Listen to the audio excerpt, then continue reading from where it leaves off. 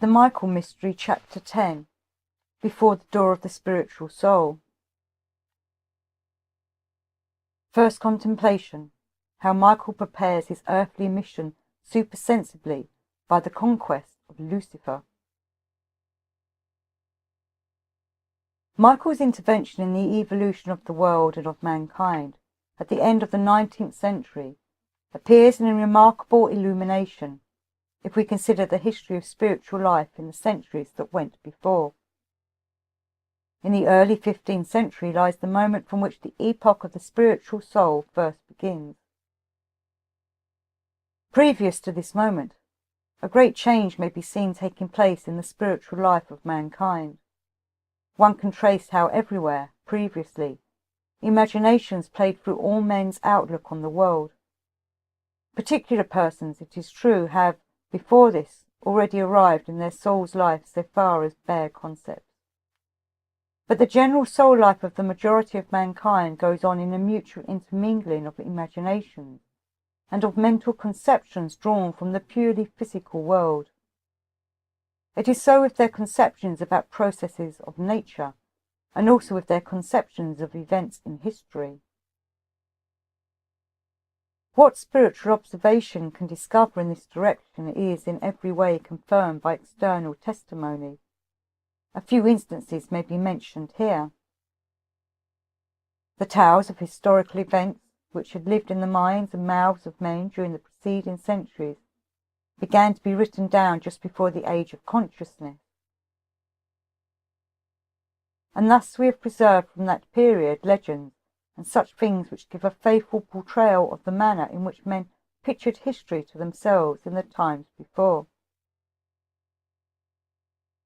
A beautiful example is the tale of the good Gerard, preserved in a poem by Rudolf of Elms, who lived in the first half of the 13th century. Good Gerard is a rich merchant of Cologne. He sets out on a trading expedition to Russia, Livonia, and Prussia to buy sables. Thence he goes on to Damascus and Nineveh to procure silks and similar merchandise. On the homeward journey he is driven out of his course by a tempest. He is thrown upon a strange shore, where he makes acquaintance with a man who is keeping prisoner certain English knights and also the bride of the English king. Gerard offers him everything that he has gained by trade upon his journey and receives the prisoners in return. He takes them on board his ship and sets out on his journey home. When the ships come to where the ways part, one way to Gerard's country and the other to England, Gerard dismisses the men prisoners and sends them on their way to their own country. The king's bride he keeps with him, in the hope that her betrothed, King William, will come and fetch her as soon as he hears that she is free and where she is dwelling. The bride queen and the ladies of her company are treated by Gerard with all conceivable kindness. She lives as a well-loved daughter in the house of him who has redeemed her from captivity. A long, long time goes by without the king's appearing to fetch her. At last, in order to secure the future of his foster daughter, Gerard resolves to marry her to his own son, for it seems reasonable to believe that William is dead. The wedding feast is ready in full train when an unknown pilgrim appears amongst them. It is William.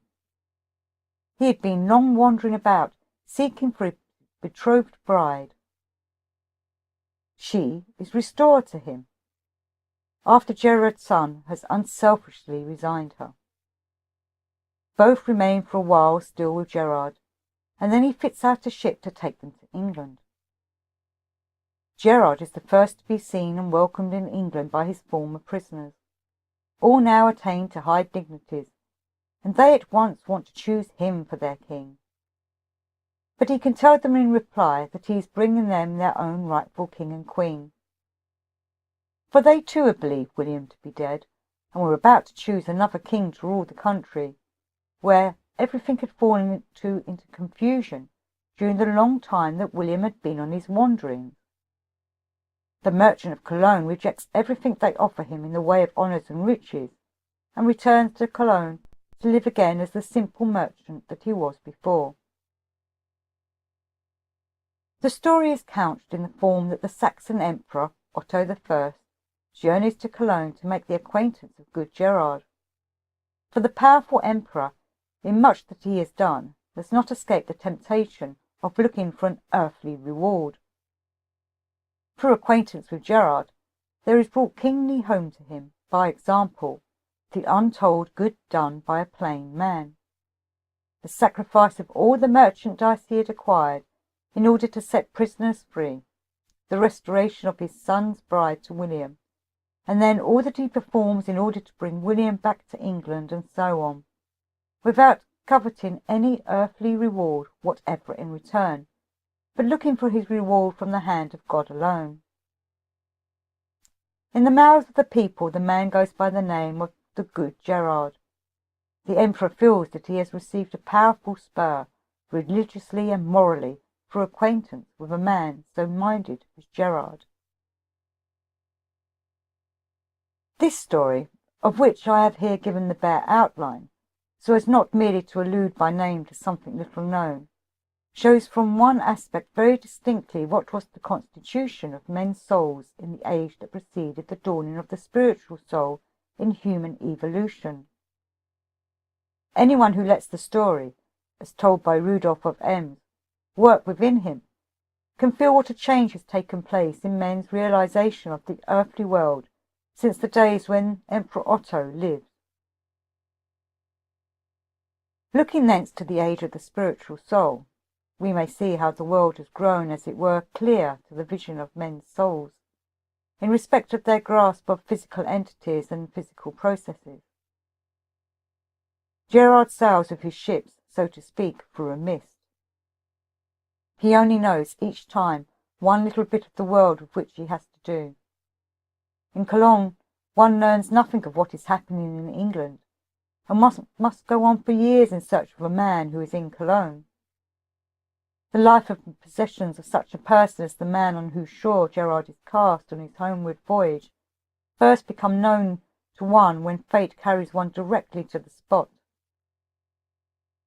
Compared to the perspicuity of the world's circumstances today, that of those days is like the difference between gazing over a broad sunny landscape and groping in a dense mist. With anything that today is accounted historic, the tale of good Gerard and the circumstances narrated in it have nothing whatever to do. But all the more do they show the general tone of feeling and the whole state of mind of the age, and this, not the particular occurrences of the physical world, is depicted in imagination. The picture so drawn reflects man's feeling that he is not merely a being who in all his life and actions is simply a link in the chain of events in the physical world, turns men's eyes to the beholding of the spiritual world. They did not see into the length and breadth of physical existence, but all the more they saw into the depths of spiritual existence. But as once it had been, when in their dim, dreamlike clairvoyance men had looked into the spiritual world, it was now no more, in the age of which we are speaking. The imaginations were there, but the apprehension they met with in the human soul was one already strongly tending towards the intellectual form of thought.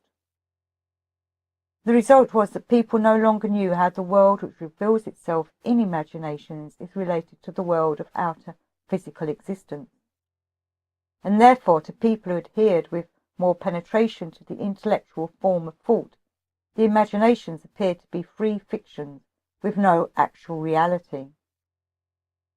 People no longer knew that through imaginations men look into a world in which they dwell with quite another part of their being than in the physical world. And so, in the descriptions, both worlds are portrayed side by side, and both from the style of the narration wear such a character, that one might well think that the spiritual events described had taken place alongside the physical ones, as visibly as the physical events themselves. Moreover, in many of these stories, the physical events themselves were confounded together. persons whose lives lay hundreds of years apart appear on the scene as contemporaries. Actual events are transferred to wrong places or wrong times. Facts of the physical world are looked at by the human soul in a way in which one can only look at things of the spirit, for which time and space have another meaning than they have for physical things. The physical world is described in imaginations instead of in thoughts. And in return, the spiritual world is woven into the story as though one had to do, not with a quite other form of existence, but with a continuation of the physical facts. The history which holds solely to physical interpretations of everything thinks that the old imaginations from the East, from Greece, etc., were taken over and woven poetically into the historical material which interested people at the time.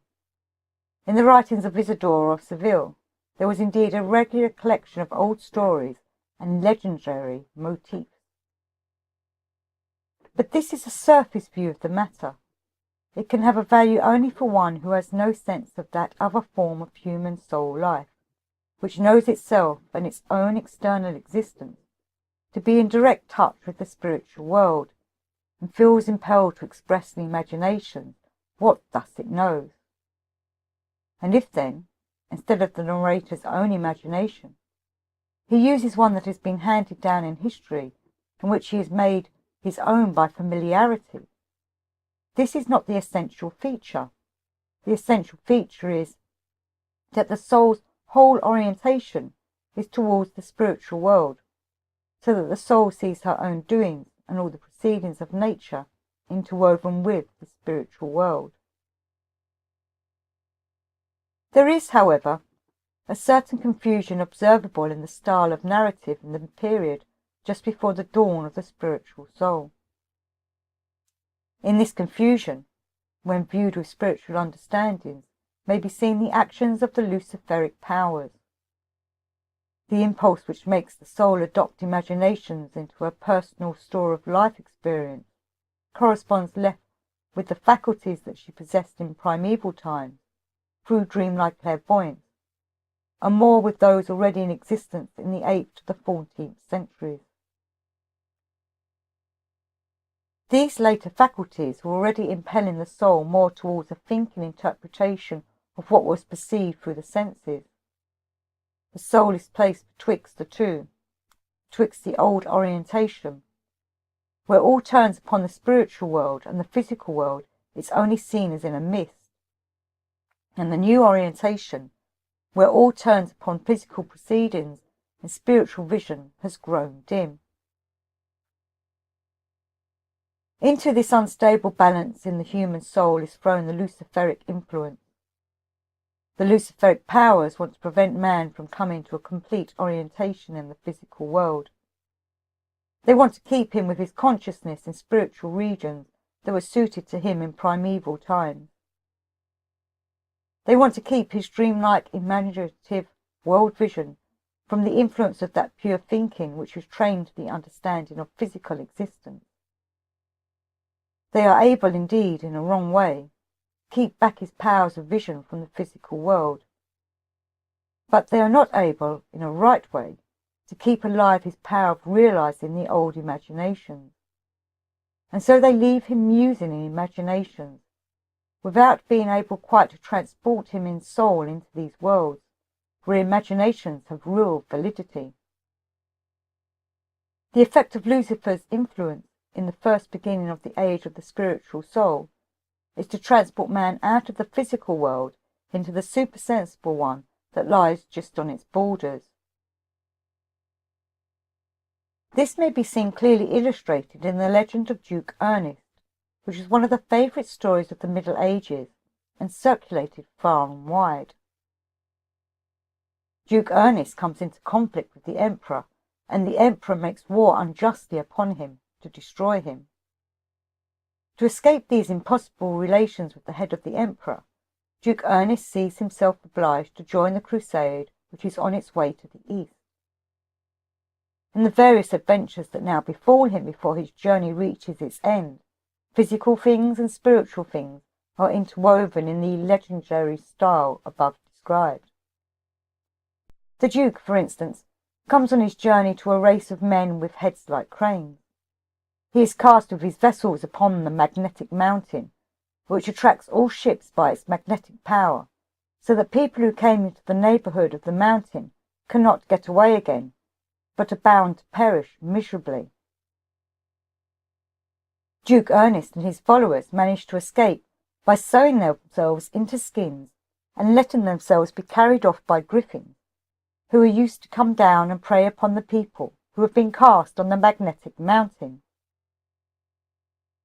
They are carried to a mountain top, and there, whilst the griffins are away, they cut themselves out of the skins and so escape.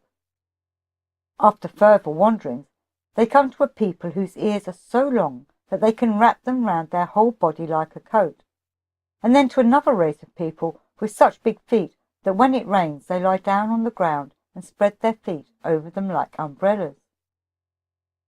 They come to a race of dwarfs, a race of giants, and so on.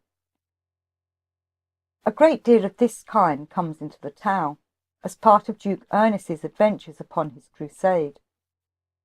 This legend does not let one feel, in the way one should, wherever imaginations come in, that here the story is passing into a spiritual sphere, telling in pictures of things that are going on in the astral world, and have a connection with the wills and the fate of the people upon earth. It is the same with the fine story of Roland, which celebrates Charlemagne's expedition against the heathens of Spain. Here it is even narrated, in analogy with the Bible, that in order to enable Charlemagne to reach a desired place, the sun stays its course, so that this one day is as long as an ordinary two. And in the saga of the Nibelung, one can see how the form of the story preserved in northern countries has maintained the vision of the spiritual in much greater purity, whereas in Middle Europe the imaginations have been brought very close to physical life. The form of the northern legends expresses clearly that the imaginations have reference to an astral world. In its Middle European form, the Nibelung lied, the imaginations glide over into the views of the physical one.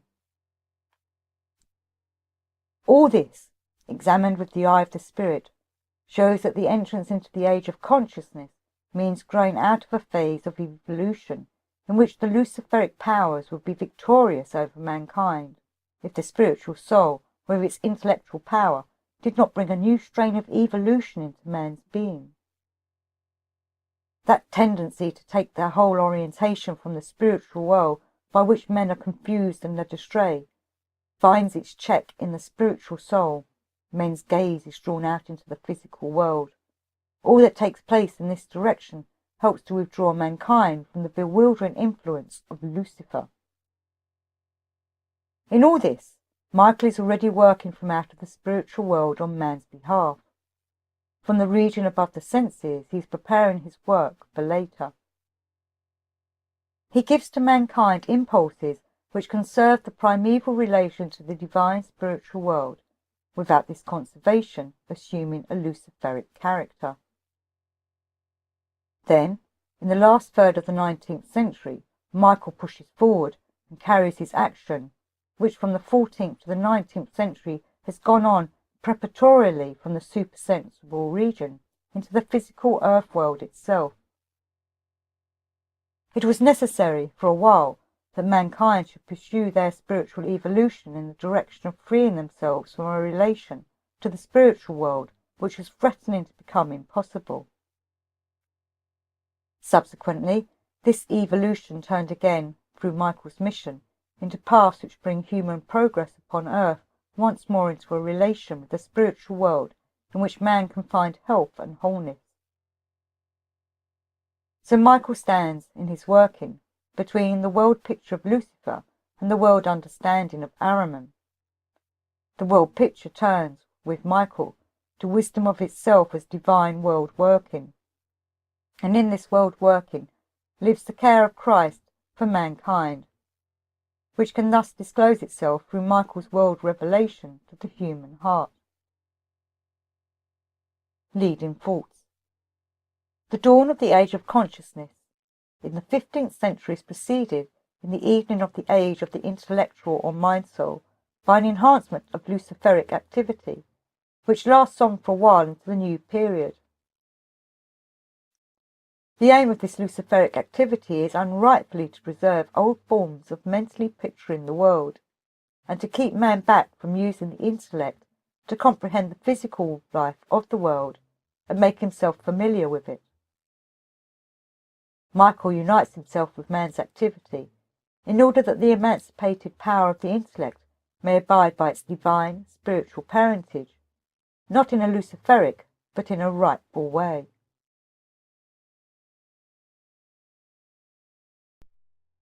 The Michael Mystery, Chapter 11, Before the Door of the Spiritual Soul. Second Contemplation. How the Michael forces intervene in the early stage of the spiritual soul. At the time during which the spiritual soul was making its way into man's evolution Earth, the beings of the spirit world nearest to Earth life had difficulty in approaching mankind. Events on Earth take place in a form which shows that quite peculiar conditions are needed in order to make the way possible from the spirit into the physical life of man.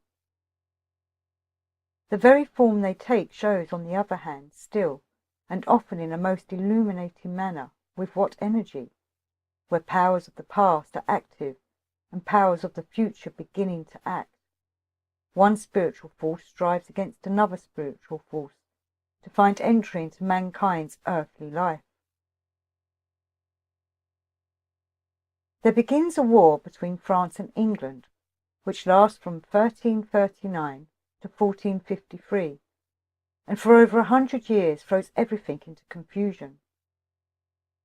This general confusion, proceeding from a particular spiritual current unfavourable to man's development, puts hindrances in the way of certain events which would have brought the spiritual soul much more rapidly into mankind, had these hindrances not been there. Chaucer founded English literature. If one thinks of all that the founding of this literature has led to, in spiritual consequences for Europe, one cannot but find it significant that such an event could not develop in freedom along its own lines, but must happen amid all the troubles of a war. In addition comes the fact that already before this, namely in 1215 AD, that tendency of political thought had begun in England, which is to receive its right stamp from the spiritual soul. The further developments of this event to lie amid the embarrassment of war. We have here to do with a time when those spiritual powers, who aim at developing man along the lines on which he was first designed by their superiors in the divine spiritual hierarchy, come face to face with their adversaries of the other side.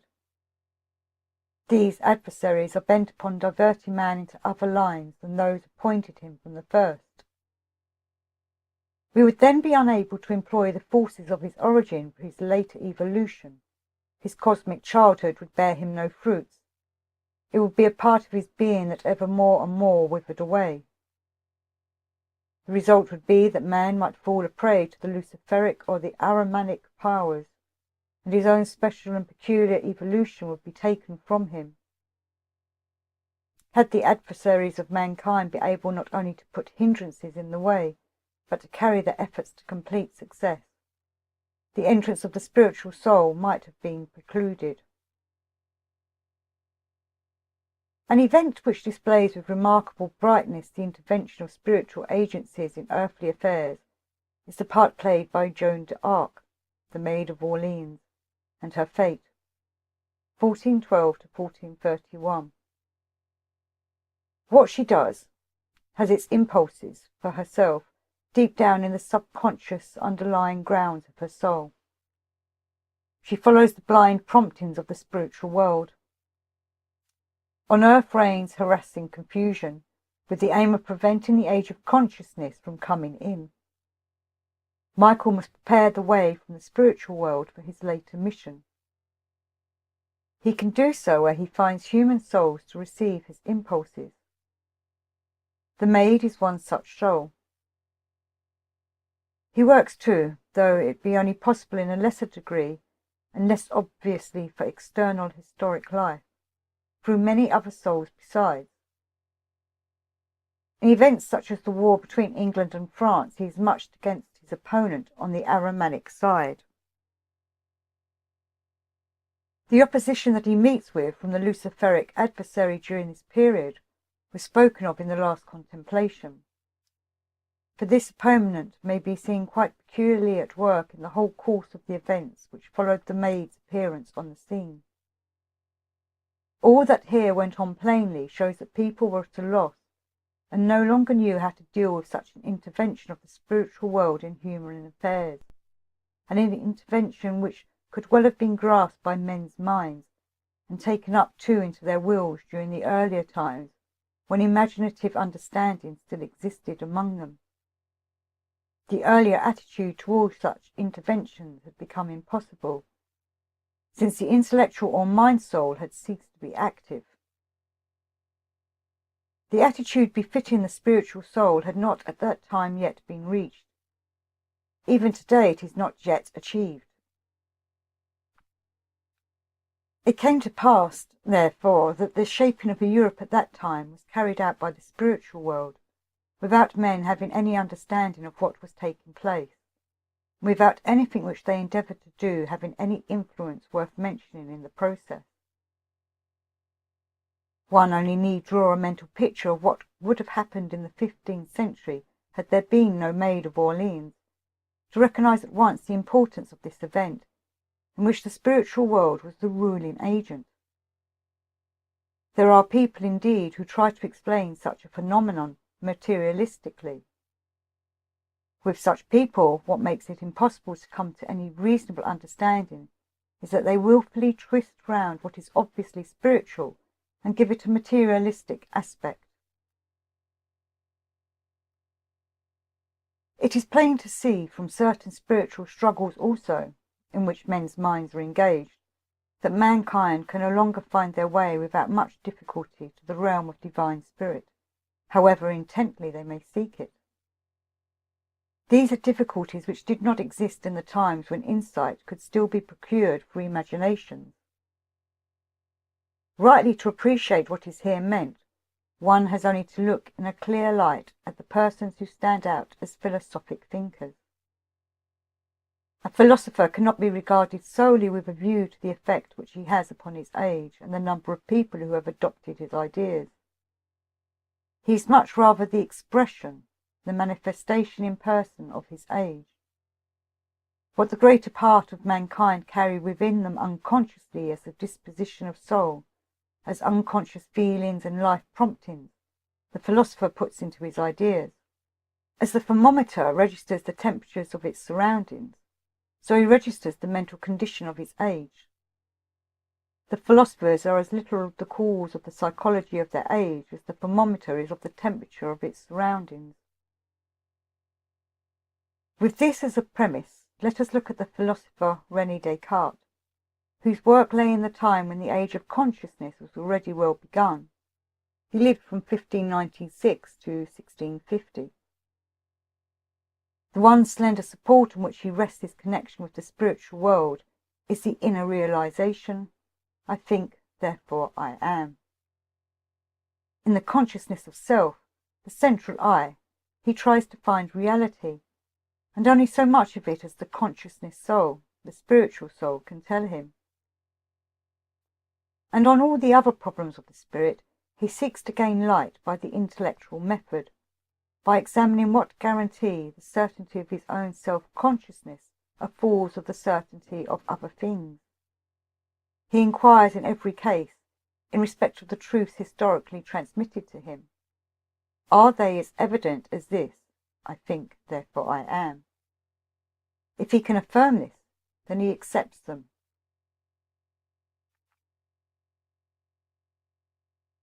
With such a form of thinking in the human mind, is not the spirit expelled from every kind of view that bears any actual relation to the things of the world? The revelation of the spirit has retired to the one pinpoint of support in the consciousness of self.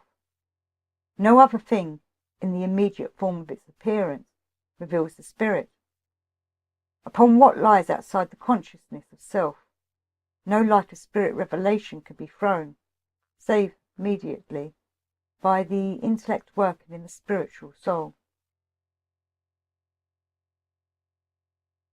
The man of this age pours forth, as it were, the still almost empty contents of his spiritual soul in intense longing towards the spiritual world. One thin ray of light travels thither.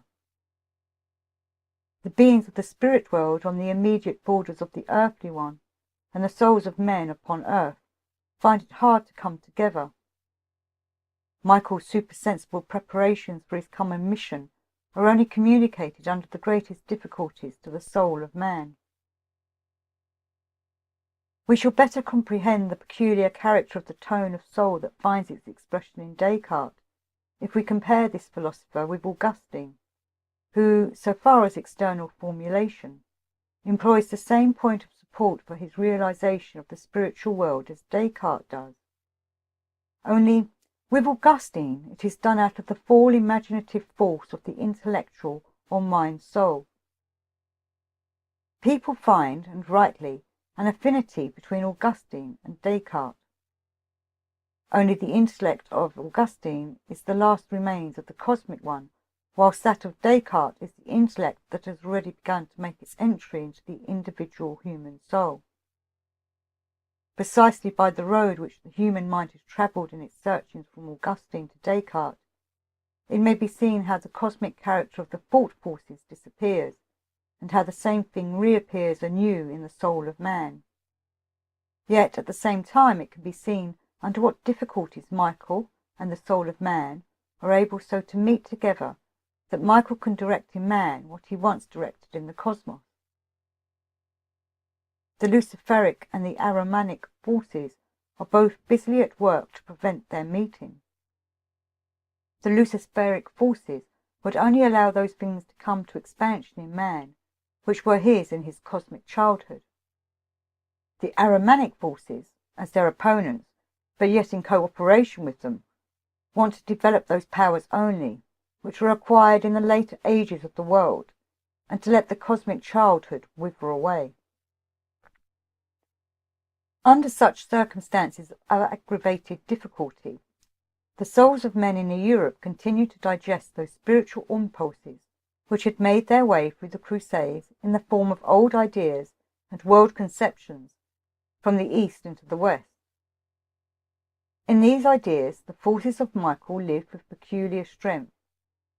These world conceptions were dominated by the cosmic intelligence of which Michael was by old spiritual heritage the regent.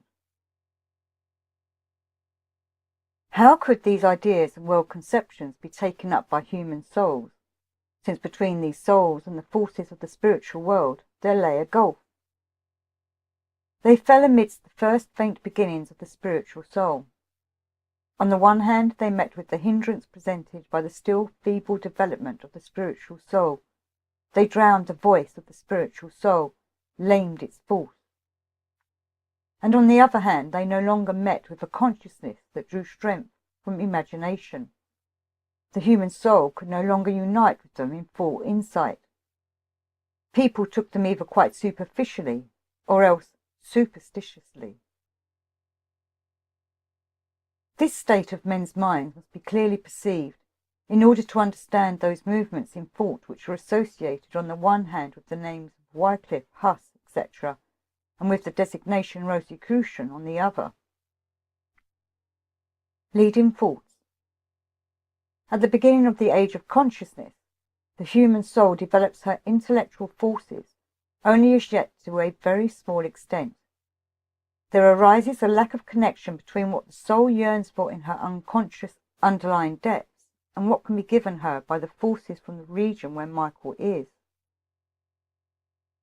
This lack of connection affords the luciferic powers an enhanced possibility of detaining man within the forces of his cosmic childhood, so as to cause his further evolution to take place, not along the path of those divine spiritual powers with whom he was united from the first, but along the path of Lucifer. It further affords an enhanced possibility for the Ahrimanic powers to catch man off from the forces of his cosmic childhood, and draw him over into their own realm for further evolution there. Both of these things failed to take place because the Michael forces were nevertheless at work. But the spiritual evolution of mankind had to go on amidst the obstacles arising from these two possibilities, and it thereby became what it has hitherto become. The Michael Mystery, Chapter 12, Before the Door of the Spiritual Soul. Continuation of the second contemplation. Hindrances and helps to the Michael forces in the dawning age of the spiritual soul. The incorporation of the spiritual soul also brought about a disturbance throughout the whole of Europe in men's inner relation towards the articles of religious faith and the ritual of worship. This disturbance announces itself unmistakably at the turn of the 11th to the 12th centuries by the sudden appearance on the scene of proofs of the existence of God, in particular with Anselm of Canterbury. The earlier method had been a direct perception by the soul of the life forms of the individual intelligences up to the highest Godhead. The new method now became to work out intellectually a system of thoughts about the first causes of the universe. For the first method, there had been the powers of Michael in the spiritual region immediately adjoining the earthly one, powers which, behind the thinking forces directed to the externals of sense, equipped the soul with other faculties that could behold within the universe the life forms of intelligent being.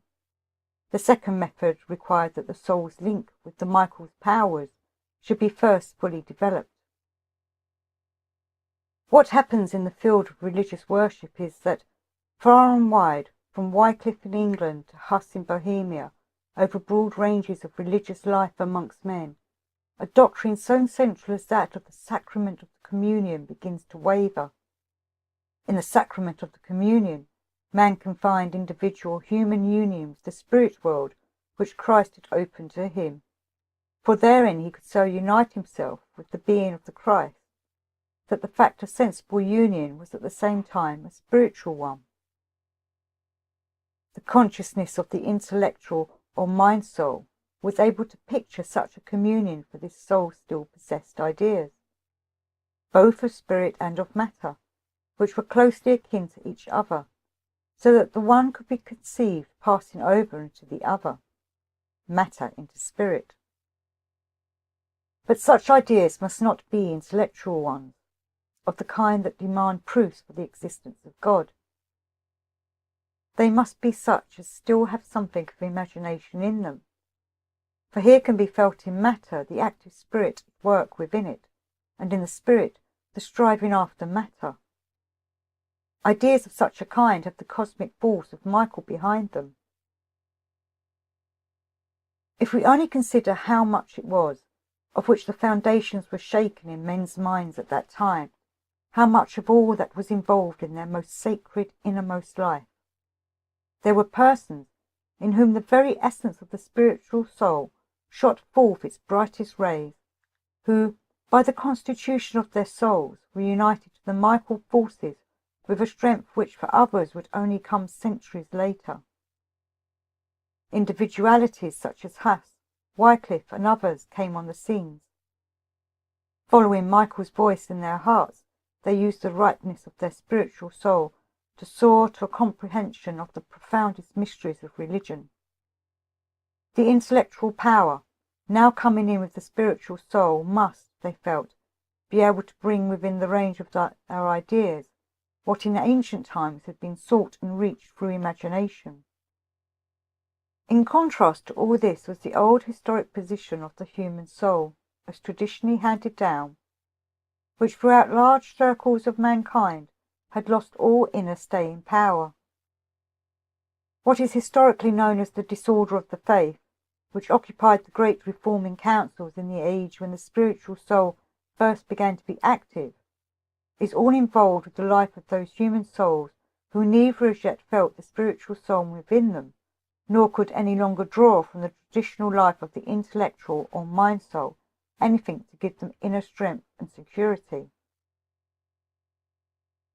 Such historic currents of inner human life and feeling as come to light in the councils of Constance and Bell may really be said to show, above, in the spirit world, the downpouring of the cosmic intellectuality trying to find its way into man, and below, in the earthly region, an intellectual mind-soul which is no longer suited to the times.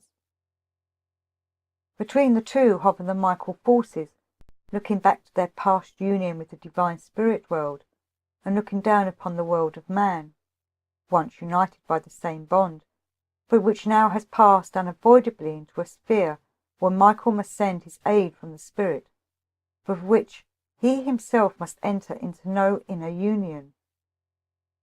In this struggle of Michael's, necessary in the cosmic evolution, yet signifying in the first instance a disturbance of the cosmic balance, are to be found the grounds of all that mankind had to go through at this period, even in respect of their most cherished and sacred truth. We look deep into the peculiar characteristics of this age, if we fix our eyes on Cardinal Nicholas Corvinus. The personality of Corvinus is like a monument of his age. Everywhere he seeks to give effect to such views as would rectify the abuses of the physical world, not be combating them in a high-flown spirit of fanaticism, but rather by endeavouring, through sound human sense, to guide what has gone wrong into the right track again. This is directly observable if one watches the way in which his influence was exerted at the Council of Bâle, and in general amongst his ecclesiastical community. If in this respect Corvinus shows himself all inclined towards the change coming into evolution with the development of the spiritual soul, one sees him, on the other hand, displaying views which bear shining witnesses to the forces of Michael. He translates into his own time the good old ideas which once had guided the soul and mind of man to the evolution of faculties by which he could perceive the living forms of the intelligences in the cosmos. In that age, when Michael still was regent of cosmic intellectuality. The learned ignorance of which Corvinus speaks is an active comprehension which lies above the passive perceptions directed to the world of sense, a comprehension which carries thought above and beyond intellectuality, the common form of knowing, into a region wherein unknowingness or ignorance, but with the vision of living realization, the spiritual is actually grasped. So in this Cardinal of Corsa, we have a person who in his own soul life experiences the disturbances brought by Michael into the cosmic balance, and intuitively tries to do his utmost towards directing this disturbance to the welfare of mankind. In between all which this comes, spiritually to the open surface, there was something else which led a hidden life. There were, here and there, persons who had a sense and understanding for the position held by the Michael powers in the universe, and who devoted themselves to so training the powers of their own souls that they could find conscious access to that spiritual region bordering on the earthly one, in which Michael carries on his labours on man's behalf. They sought to quality themselves for this spiritual enterprise by behaving externally, in their daily calling and the general affairs of life, in such a way that their ordinary existence was not distinguishable from that of other people.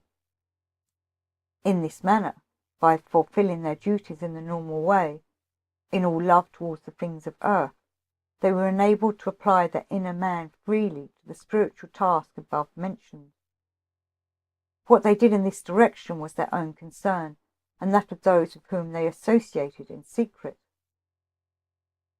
In respect of what occurred on the physical plane, the world was not, to immediate appearance, in any way affected by these spiritual pursuits. And yet, it was all necessary in order to bring human souls into the needful connection with Michael's world. There was no question here of secret societies in any bad sense, nothing that haunts the dark because it shuns the light of day. It was a case of people coming together, who in the actual coming together would convince themselves that every one of them had a fitting consciousness of the Michael mission.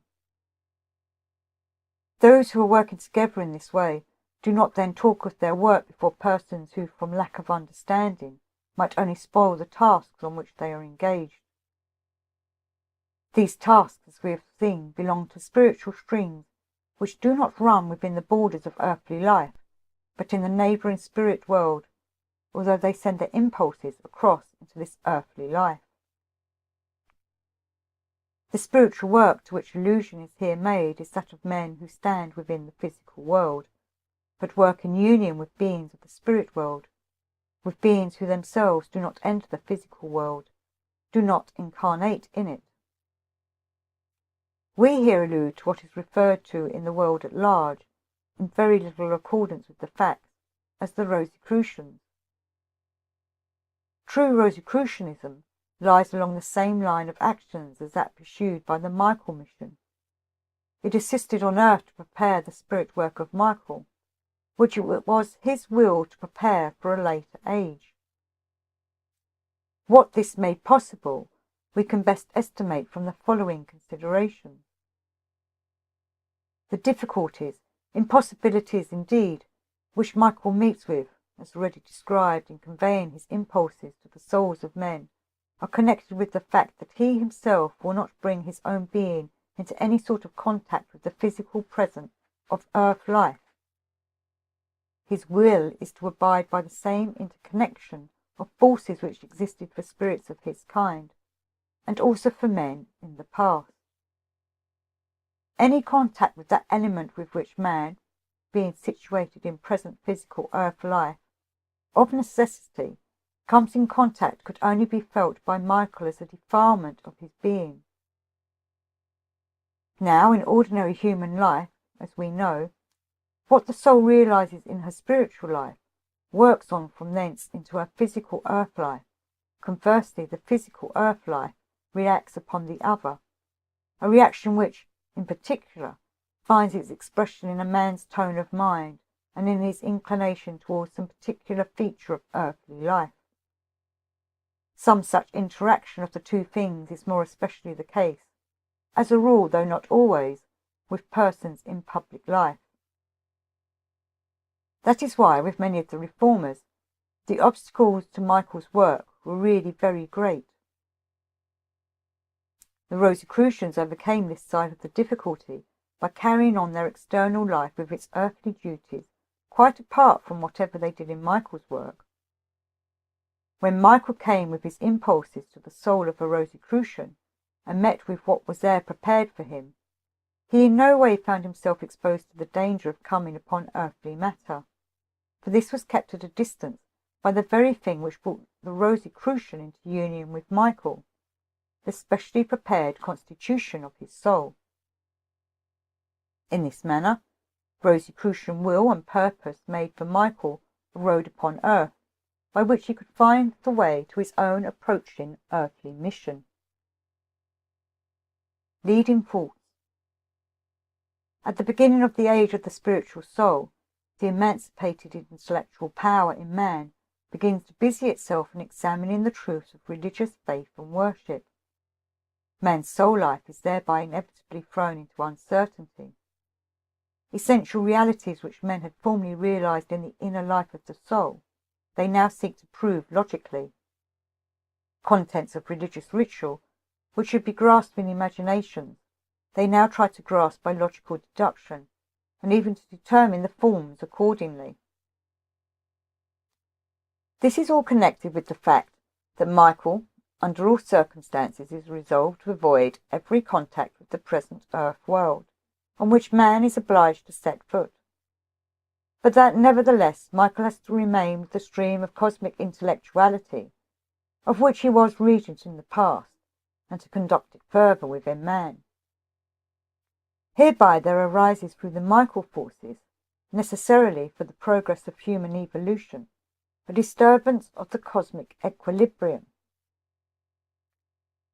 The difficulty of Michael's mission is lightened by certain persons, the genuine Rosicrucians, who so arrange their external way of life on earth that it exerts no sort of influence upon the inner life of their souls.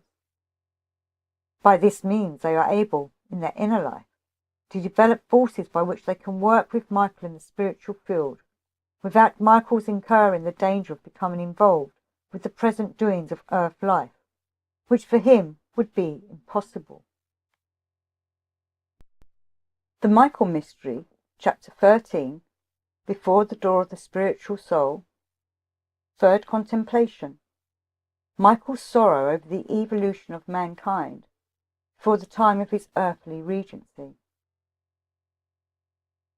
With the further progress of the age of consciousness, the possibility more and more ceases of direct connection between Michael and the generality of humankind.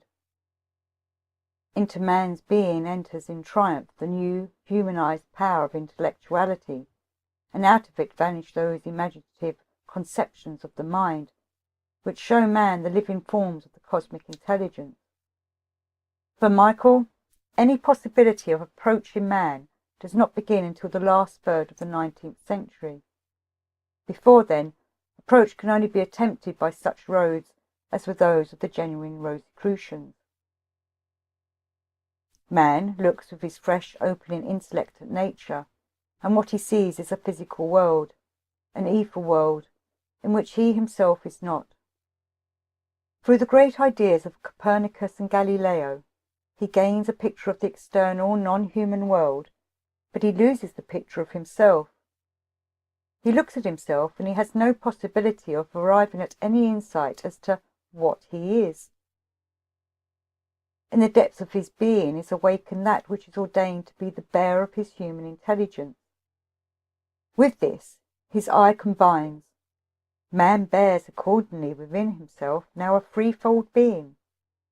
First is his spirit soul.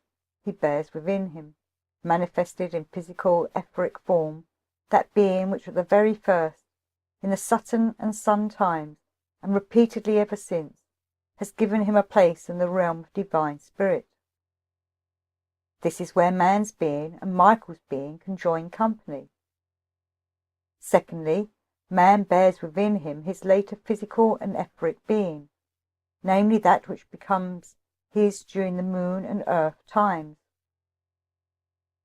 All this is the work and workings of divine spirit, but divine spirit no longer lives in it with present being.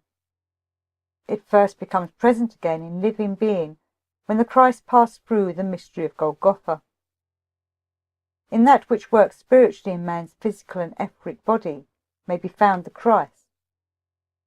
Thirdly, man has in him that part of his spirit and soul which during the moon and earth times has acquired a new form of being.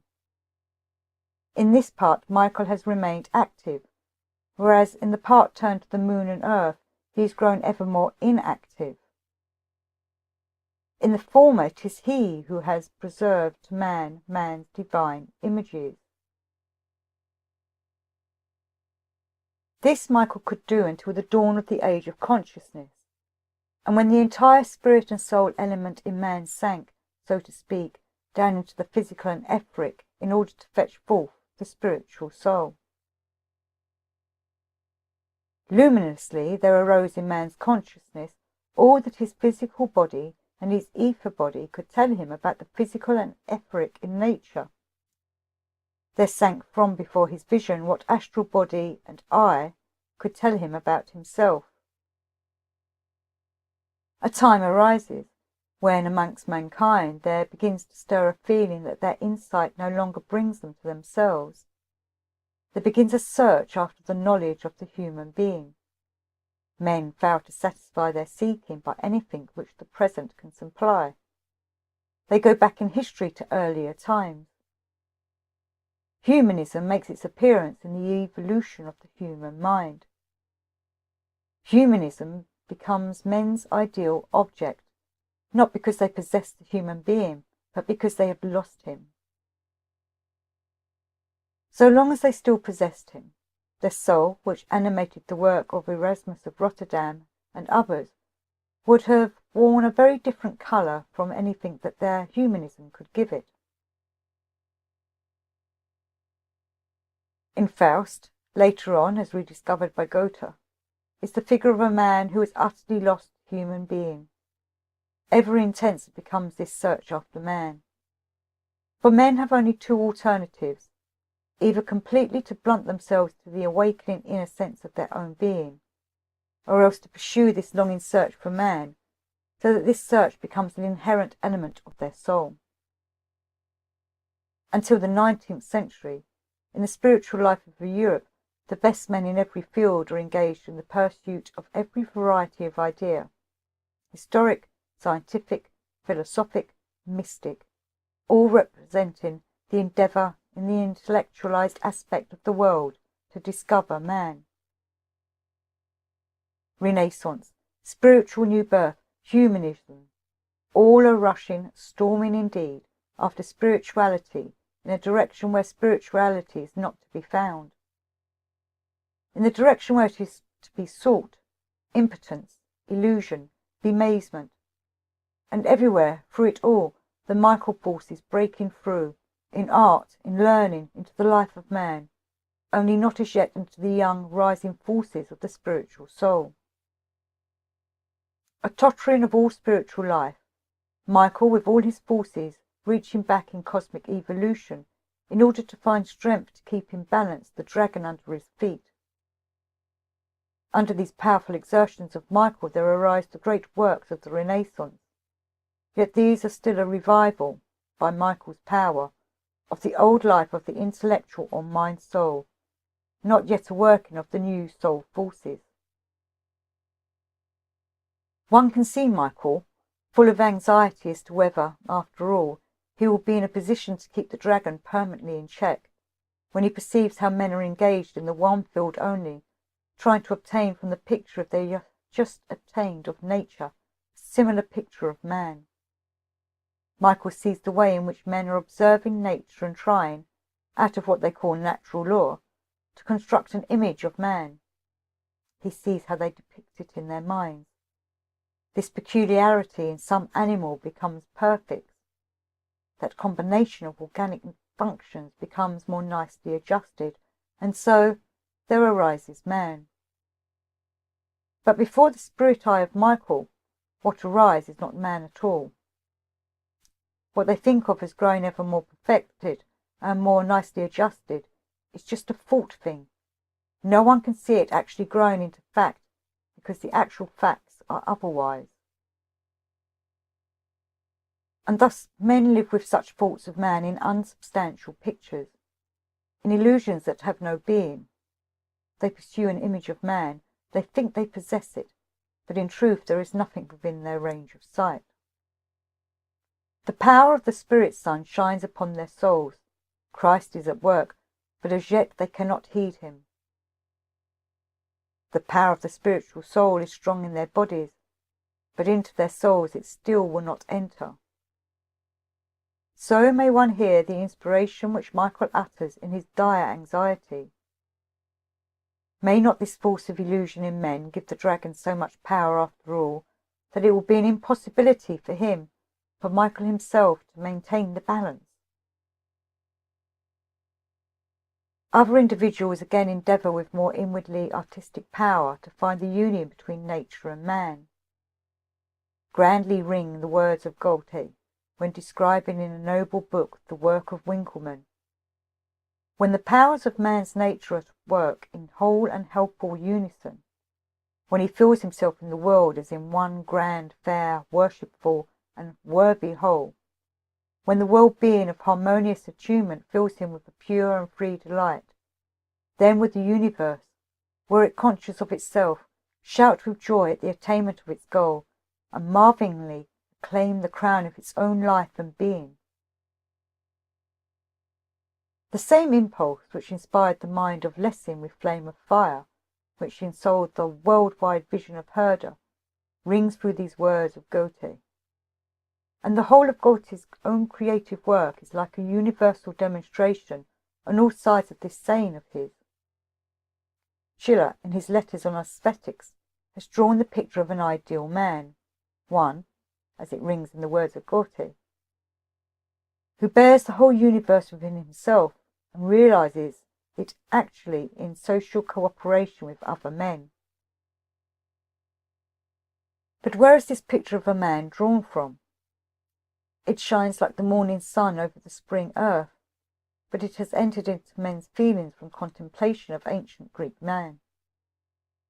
Men cherished the picture with all the strong inner impulse of Michael, but they could find no form to give it to this impulse, except by turning their soul's gaze back towards a bygone age. Goethe went, as we know, through the severest conflicts of the spiritual soul when he tried inwardly to realize man. He thought that for the first time he really had a glimpse of him, when on his Italian tour he had his first sight into Greek life and being.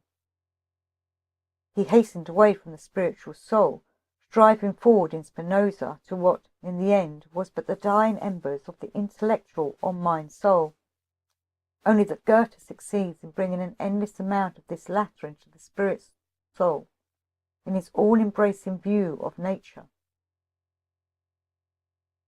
Gravely, Michael watches these endeavours, too, to find man. He sees something, it is true, that is to his own mind entering here into the evolution of the human spirit. It is that same man who once beheld the life forms of the intelligent being, in the times when Michael ruled from the cosmos without. Yet eventually, if it be not grasped by the spiritualized power of the spiritual soul, this too must end by falling from Michael's range of anxiety into the dominion of Lucifer. That Lucifer might gain the ascendancy in the rocking of the cosmic balance, this is the other dire anxiety in Michael's life. The preparation for Michael's mission at the end of the 19th century roll on in cosmic tragedy. Beneath upon earth, there often reigns the profoundest satisfaction over man's picture of nature and its effective working, whilst in the region where Michael is at work there is nothing but tragedy over the obstacles which prevent the true picture of man from finding its way into life. There was a time when in the beams of the sun, in the flush of morning skies, in the sparkling of the stars, there lived the keen, clear spirit love of Michael. The dominant note this love had now taken was one of sorrow, aroused on gazing on mankind. Michael's position in the cosmos became one of tragic difficulty, but one that was also urging towards a solution, just at the period preceding his mission upon earth. Men could maintain their power of intellect only in the domain of the body, and there only in the domain of the senses. They accordingly admitted nothing into their range of mental vision, except what their senses told them. Nature became a field of sense revelation, a revelation quite materially conceived. In nature and all her forms, men no longer saw the work of divine spirit, but something which has come into existence without spirit, and of which they nevertheless assert that the spiritual life which man leads is born of it. Of the spirit world, on the other hand, men would only accept so much as was still told of in the historic records. Any real seeing of the creative spirit in the past was as severely tabooed as was the seeing of the spirit in the present.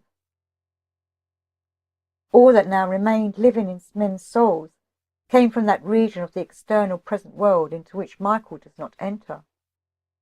Man was glad to be standing upon secure ground. He fancied the ground secure because he abstained from looking for any faults in nature, in which he would at once have suspected the unreliability of a spontaneous fancy. But Michael was not glad. He was obliged to remain on the far side, aloof from men, and carry on the war in his own region against Lucifer and Ahriman. Hence came the great and tragic difficulty, for Lucifer can approach man all the more easily, the more Michael, who is also the preserver of his past, is obliged to keep away from him. And so a stormy contest was being waged on man's behalf, in the spiritual world next to earth, by Michael against Lucifer and Ahriman, whilst man himself on earthly territory was busying his soul in opposition to the healing forces of his own evolution.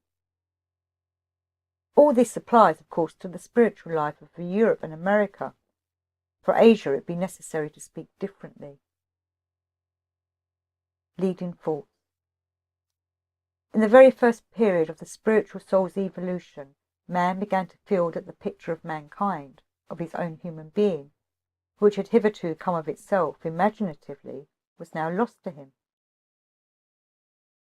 Powerless to find it as yet in his spiritual soul, he seeks for it along the path of natural science of history.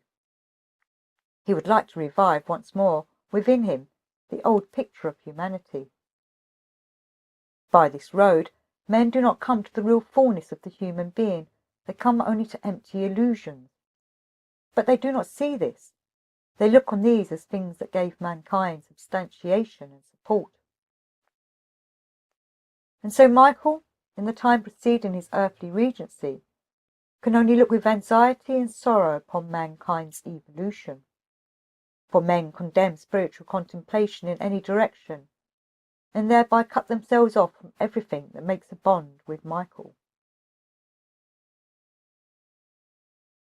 The Michael Mystery, Chapter 14. A Christmas Contemplation. The Mystery of the Logos. Into our contemplation of the Michael Mystery there shone like a ray of light the mystery of Golgotha. This arose of itself from the fact that Michael is the power that guides man in the most helpful and wholesome way to the Christ. But Michael's mission is of a kind which repeats itself in rhythmic succession during the cosmic evolution of mankind. Its beneficent influence had been repeatedly exerted upon mankind on earth before the mystery of Golgotha. Then it was engaged in everything that the Christ's power, being then still outside the earth, required to manifest in acts for the education of mankind to earthly life. Since the mystery of Golgotha, it serves in aid of that which must be accomplished by the Christ amongst men on earth. It appears in its repetitions each time in an altered and advanced form, but in repetition. In contrast to this, the mystery of Golgotha is a unique, all-overreaching cosmic event that only takes place once in the course of mankind's whole cosmic evolution. So soon as mankind has progressed to the development of the intellectual or mind-soul, there comes for the first time into full force the ever-constant danger of that occurring, for which indeed the predispositions had been laid in the beginning of time, namely, that the being of mankind would separate and fall away from the divine spiritual being.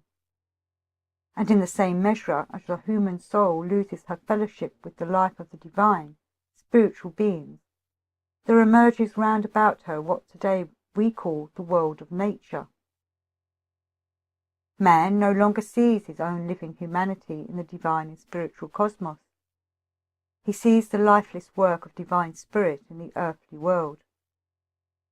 He sees it at first not in the abstract form in which we see it today, as sensibly physical beginnings and events, held together by that abstract thread of ideas which we call natural law. He sees it as an ocean of divine spiritual being.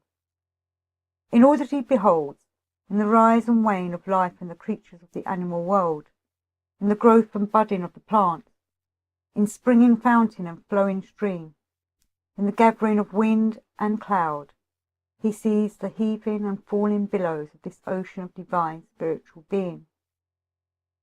All these many shapes of life and doing round about him are to him the gestures, the acts are to him the language of the gods, of that divine being which underlies the world of nature.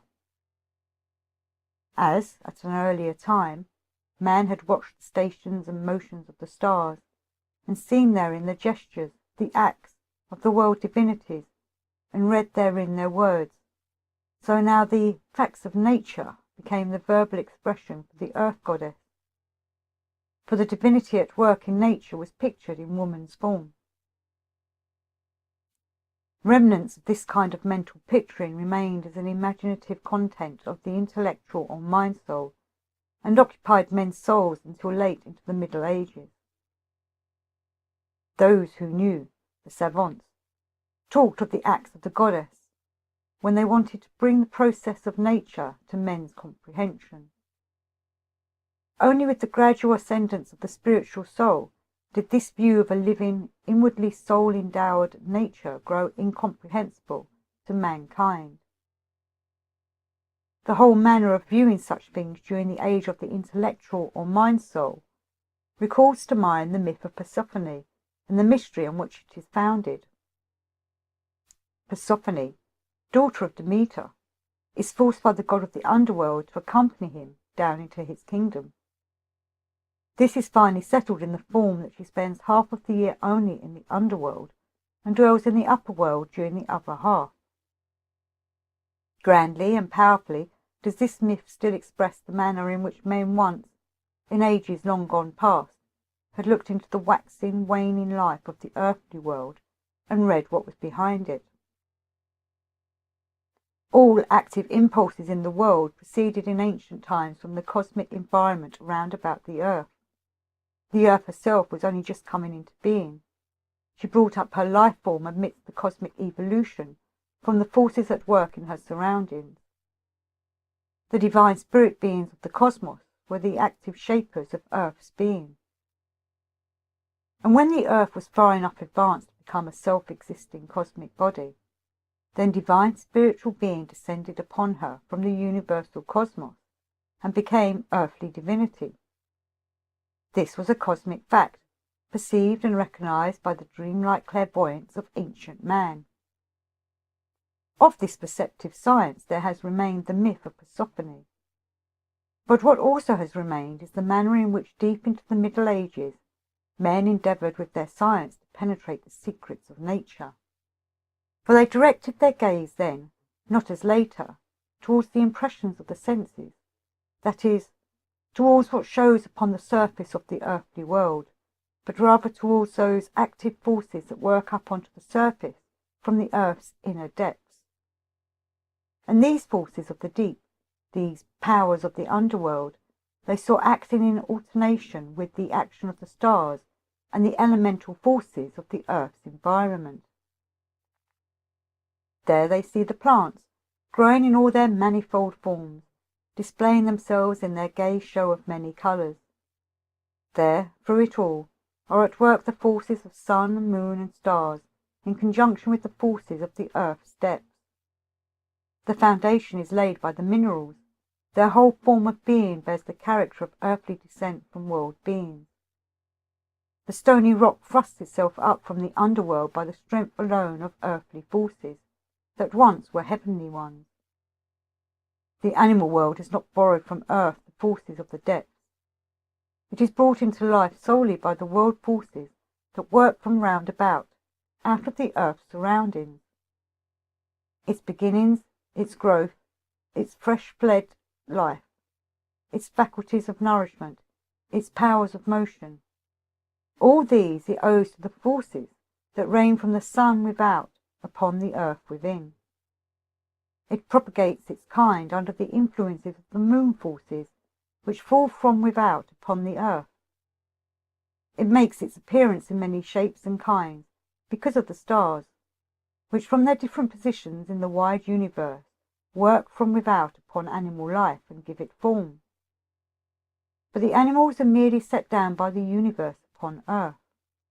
Only with their dim, dull life of consciousness do they take any part in the earthly world, in their beginnings, their growth, in all that they are, so as to perceive and move about. They are no creatures of the earth. This grandly constructed idea of the making of the earth was once living amongst men. From what still remains of it, towering over into the Middle Ages, it is only possible to gain but a very faint notion of the grand lines of the structure. To arrive at a true notion of it, one must go back and see with the knowledge of vision into very ancient time. For even with the physically existent documents, what existed in the souls of men is perceptible to him alone, who can read them with the eye of the spirit. Now man is not in a position to keep so far aloof from the earth as do the creatures of the animal world. To say this is to touch upon the mystery both of mankind and of animal kind. These mysteries are reflected in the animal worship of the ancient peoples, more especially of the Egyptians. They saw in the animals beings who are guests upon earth, in whom may be visibly beheld the being and doing of that other spiritual world which borders on the earthly one. And in the combination of the human with the animal form, as represented in their images, they brought presently before them the figures of those intermediate beings of the elemental world, who are on the road to humanity in the course of the world's evolution, but who never enter the earth region, so that they may not become men. These intermediate elemental beings actually exist. The Egyptians were only reproducing what they saw when they made images of them. Such beings, however, have not the full self-consciousness of man. To attain to this self-consciousness, it was necessary for man to set foot so thoroughly in the terrestrial world that he took up something of the earth's being into his own being. It was necessary for him to be exposed to the fact that in this earthly world he is before him the work wrought by these divine spiritual beings with whom he is associated, but their wrought work only. And because it is only the wrought work, the finished work, detached from its origin, the Luciferic and Aramanic beings have access to it. The result is that man is under the necessity of making this finished work of the gods, pervaded as it is by Lucifer and Ahriman, the place in which to lead a portion, namely the earthly portion, of his own existence. This is only possible without permanently breaking the tie between the human world and its divine spiritual origin, so long as man has not yet reached the point of developing his intellectual or mind soul. At this point there takes place in man a corruption of his physical, his etheric and his astral bodies. The science of an earlier time recognized this corruption as something actually existent in the human being.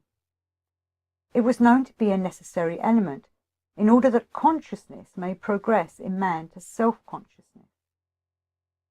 In the science cultivated in those places which were a form of Aristotelian teaching which, rightly understood, contains in it this element of corruption as a vital part of its psychological doctrine, only that such ideas, later on, were no longer penetrated in their inner essence.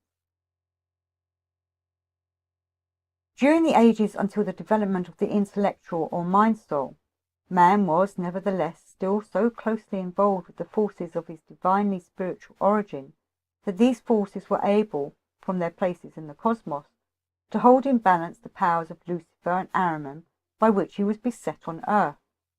On the part of man himself, enough was done to help keep this balance, when in the ritual ceremonies of the mysteries a picture was displayed of the divine spirit being's descent into the realm of Lucifer and Ahriman and his triumphant resurrection.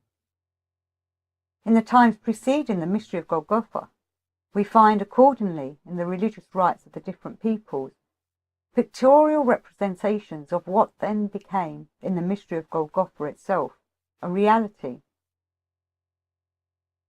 But when the intellectual or mind soul was evolved, nothing but the reality itself could any longer preserve man's being from separation from those divine spirit beings to whom he belongs. Into the intellectual or mind soul, so organized as to draw its life, whilst on earth, from the earthly realm, the divine must enter, even within this earthly realm, in very reality of being. This was accomplished through the divine spiritual Logos, the Christ, who for the sake of mankind united his cosmic destiny with the earth. Persephone descended into the earthly realm to deliver the plant world from being condemned to form itself out of the earthly realm only.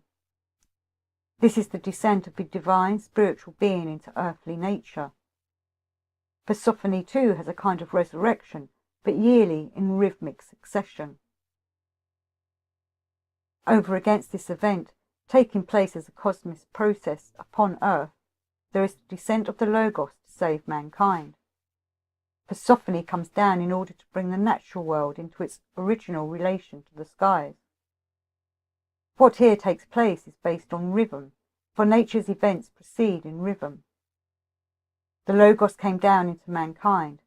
This happens but once during the evolution of mankind, for this evolution forms one part only of our gigantic world rhythm, in which mankind, before its life as man, was something quite different from mankind, and afterwards will again be different. Whereas plant life repeats itself as such, over and over again in short rhythms. This is the light in which the mystery of Golgotha must be seen, and men henceforth have need so to see it, now that the age of consciousness has begun. For even in the age of the intellectual or mind-soul, there was already the danger of man losing his link, had not the mystery of Golgotha intervened. In the age of the spiritual soul, a complete darkening of the spiritual world would come over man in his consciousness, if the spiritual soul could not gather sufficient strength to look back, in insight, to her divine spiritual origin. But if the soul can look back, then she finds in the world Logos the being who can lead her back, and she is filled through and through with the mighty image, revealing what took place on Golgotha. And the beginning of this understanding is a loving comprehension of the world Christmas, which every year is celebrated in remembrance. For the spiritual soul, that begins with the reception of cold intellectuality, goes on to gather the needful strength, when into this intellect, that warm love, of which the stream flows most nobly and purely when it is turned towards the child Jesus, who in the world's Christmas holy night appears on earth. Then man has opened his soul to the influence of the highest of all spiritual facts on earth, which is also a physical fact. He is set out on the way that ends by receiving the Christ into himself. In the world of nature, a true science will behold in Persephone, or that being to whom men's eyes still turned in the early Middle Ages when they spoke of nature, the natural revelation of that primal and eternal divine spiritual power, out of which the natural world arose, and continually arises as the groundwork of man's earthly existence. In the world of man, a true science will behold in Christ the human revelation of that primal and eternal Logos, who in the realm of the divine spiritual being, with whom man is in his origin united, works for the evolution of the spirit being of man. To turn the human heart in love towards these great cosmic connections, this is the real celebration of that feast of remembrance, which meets man every year, when he gazes on the world's Christ Mass, the Holy Night. When love such as this dwells in human hearts, it fires with its warmth the spiritual soul's cold element of light.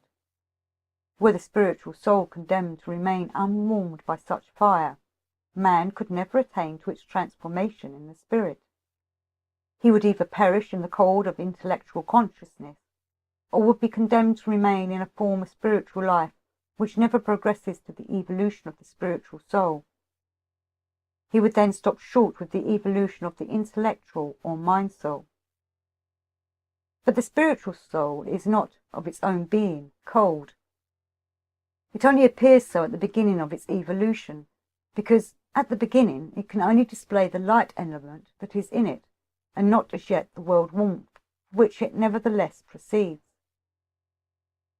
To feel Christmas, and evenly to keep it in this fashion, can make present in the soul how the glory of the divine spirit being, who reveal that image in the star expanses, is proclaimed before man, and how the deliverance of man is accomplished in the fields of earth from those powers who would draw him away from his source and origin.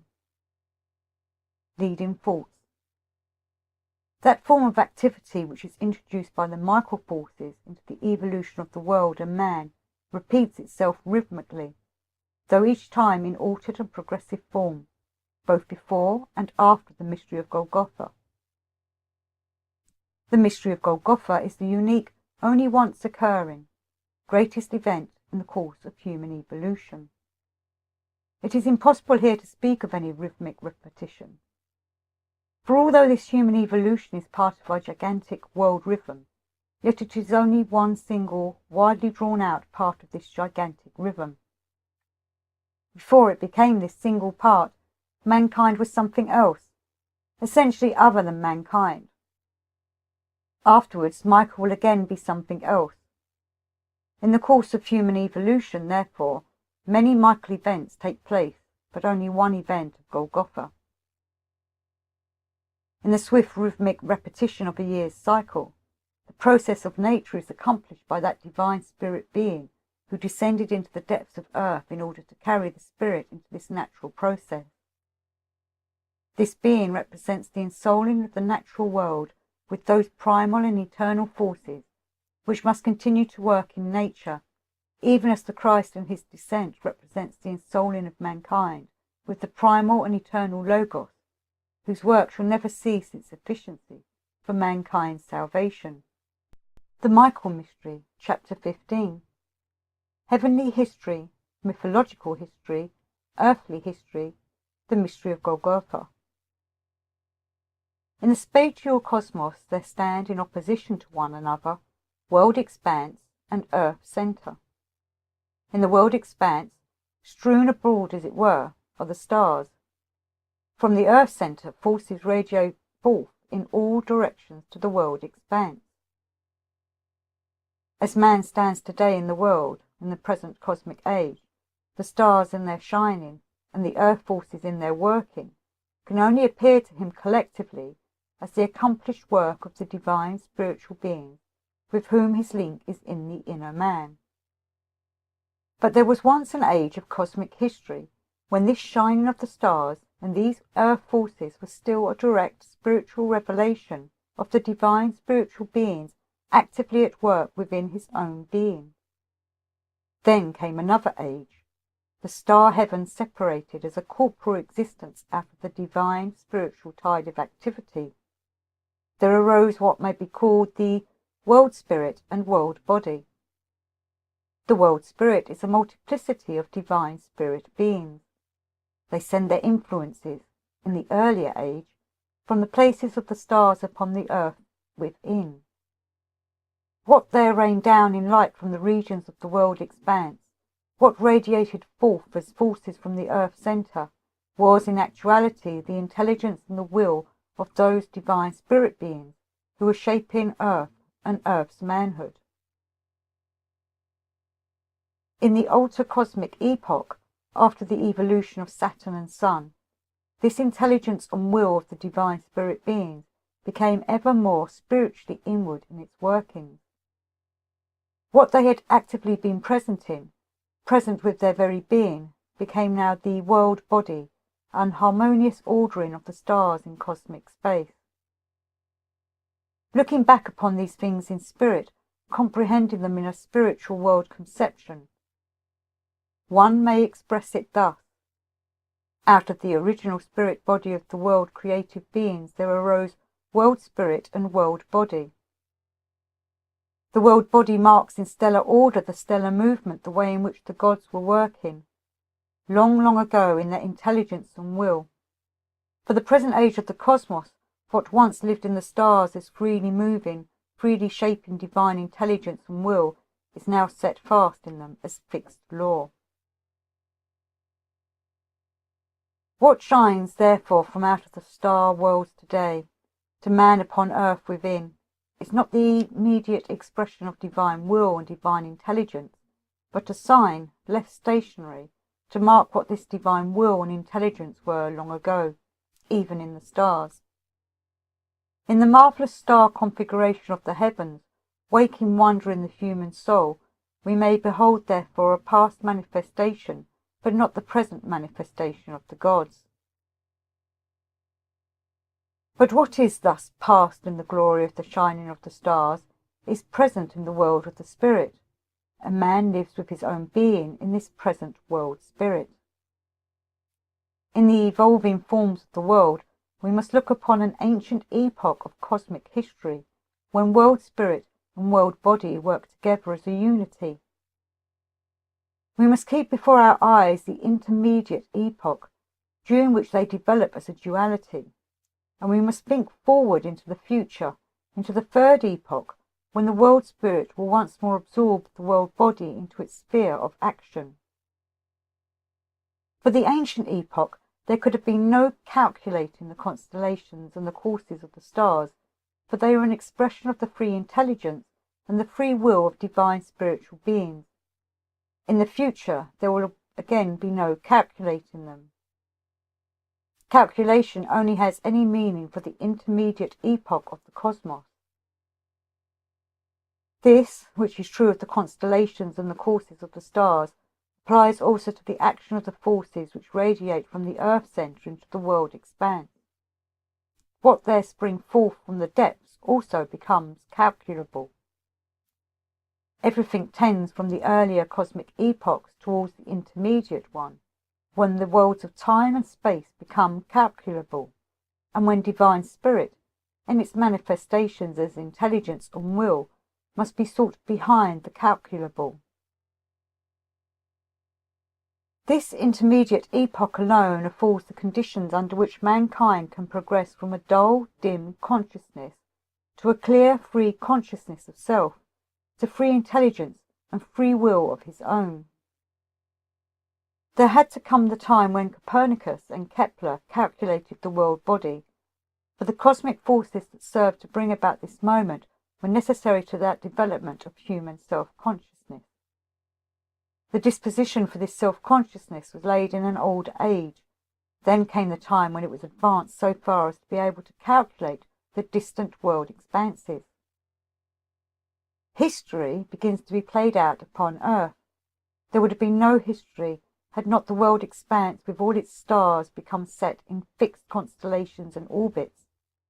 In the course of history upon Earth, we have a reproduction, though a quite transformed one, of what once on a time was heavenly history. The peoples of olden time continued to carry this heavenly history still in their consciousness, and turned their eyes rather upon this than upon earthly history. In earthly history there lives the intelligence and will of man, at first in connection with the cosmic, divine will and divine intelligence, and then independently. In heavenly history there lived the intelligence and will of the divine spirit beings connected with mankind. Looking back over the spiritual life of the various peoples one finds, in the far remote past, such a consciousness amongst men of their being together and willing together with the divine spirit beings, that their own human history is still a heavenly history. In his narration of first origins, man's tale is not of earthly proceedings, but of cosmic.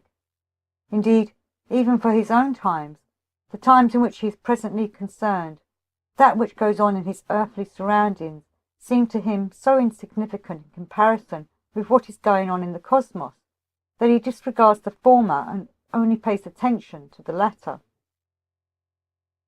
There was an age when the consciousness of mankind beheld the heavens' history in mighty impressions, in which the divine spirit beings themselves stood before man's soul. The divine beings spoke, and man heard their speech in dreamlike inspiration. They revealed their forms, and man beheld them in dreamlike imagination.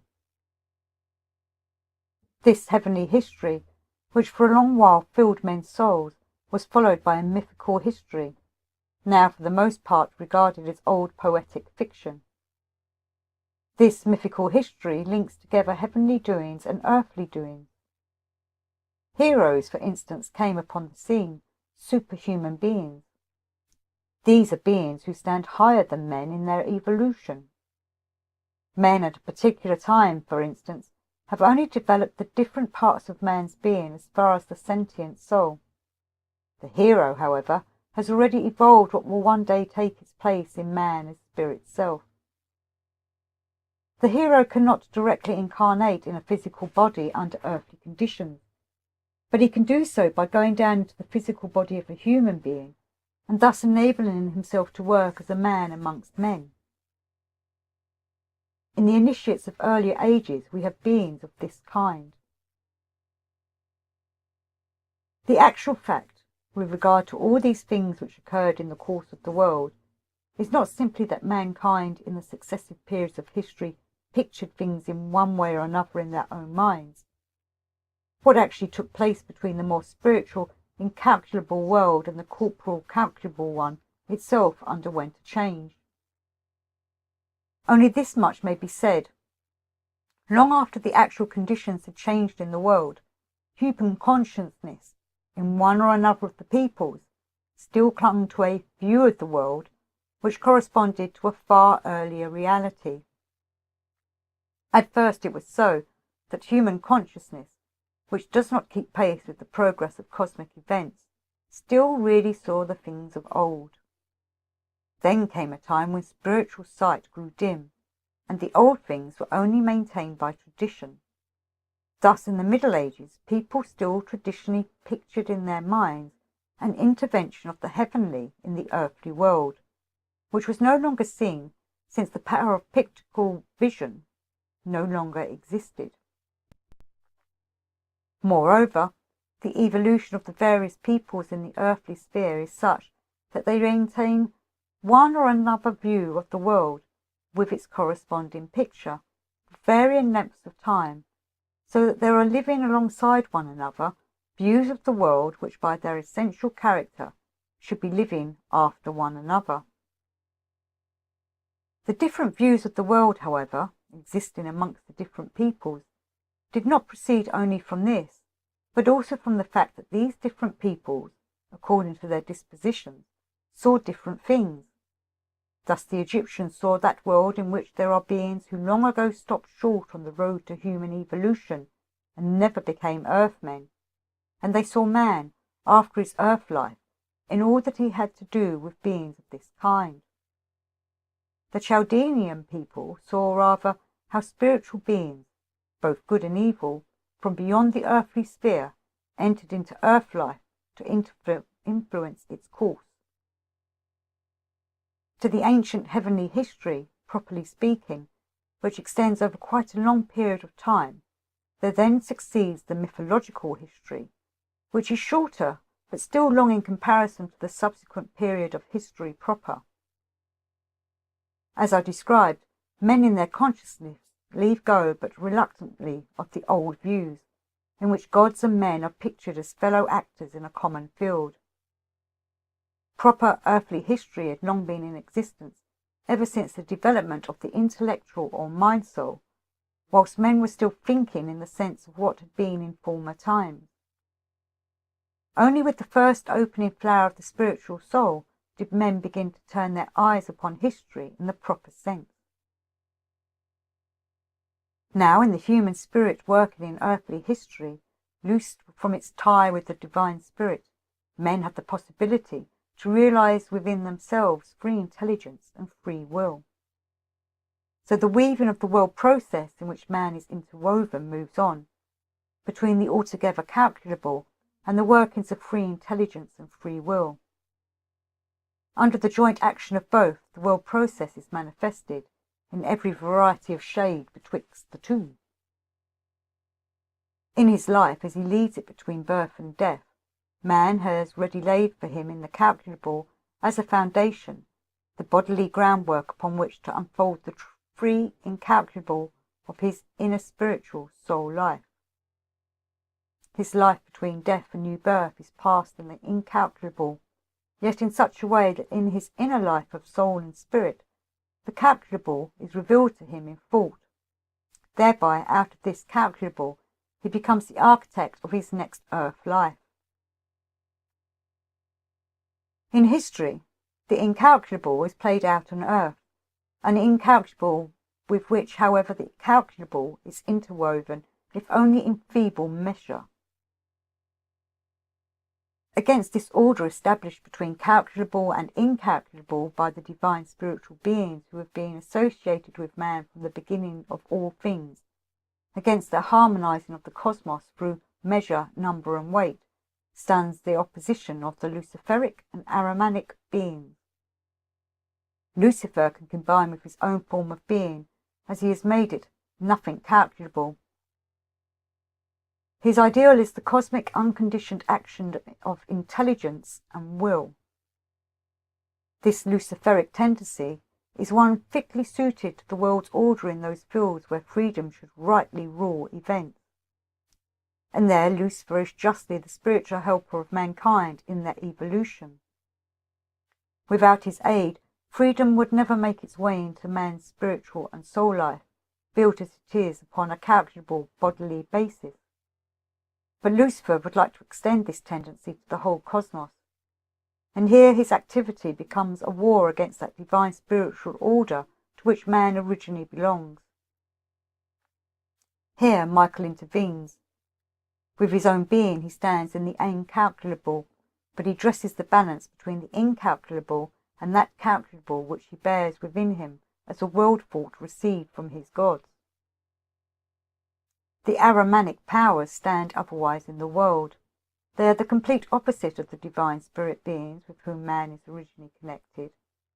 These latter are at the present day purely spiritual beings who bear within themselves perfectly free intelligence and perfectly free will, but who create in this their free intelligence and will a wise insight into the necessity of the calculable and unfree, as a world fault from whose sheltering lap man may grow up into a free being.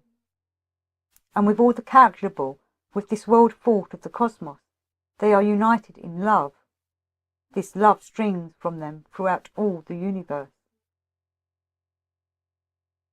In complete opposition to all this is the grasping greed of the Ahrimanic powers, in which lives cold hate of everything expanding in freedom. Ahriman's aim and endeavour, in all that he pours forth into world space, is to make a cosmic machine. His ideal is simply and solely measure, number, and weight. He was called into the cosmos prepared for the service of human evolution, because it was necessary that this, his special department, measure, number, and weight, should be developed. He who comprehends the world as everywhere spirit in body, he alone really comprehends it. This must be carried down into the world of nature with regard to the powers at work there, such as the divine spiritual powers who work in love, and the Ahrimanic powers who work in hate. In the natural universal warmth, as it sets in with the spring and tends on into summer, we must behold the natural love of the divine spirit beings. In the freezing blast of winter we must recognize the workings of Ahriman. In the height of midsummer, Lucifer mingles his power with the love, the warmth of nature. At Christmastide, the divine spirit beings with whom man is from his origin united turn their power against the frozen hate of Ahriman. And ever more and more towards the springtime, natural divine love is mildly at work, mitigating natural Ahrimanic hate. The yearly sign of this divine love, new manifested as it is year by year, is the time of remembrance, when we recall how with the Christ the free element of God entered into the calculable element of earth. Christ works in perfect freedom within the calculable. In so doing he renders harmless that which craves the calculable only, Ahriman and his forces. The unique event of Golgotha is the free cosmic act of love within Earth's history. It is to be comprehended too only by the love that man brings to its comprehension. Leading thoughts. The cosmic process with which the evolution of mankind is interwoven, and which reflects itself in human consciousness as history, in the most comprehensive sense, may be distinguished into this: a lengthy period of heavenly history, a shorter one of mythological history, and the comparatively short earth history. This cosmic process, at the present time, falls apart into the not-to-be-calculated working of divine spirit beings who freely create in free intelligence and will, and the calculable processes of the world body. To the calculable of the world body are opposed the luciferic powers. To the creating in free intelligence and free will, the Ahrimanic powers.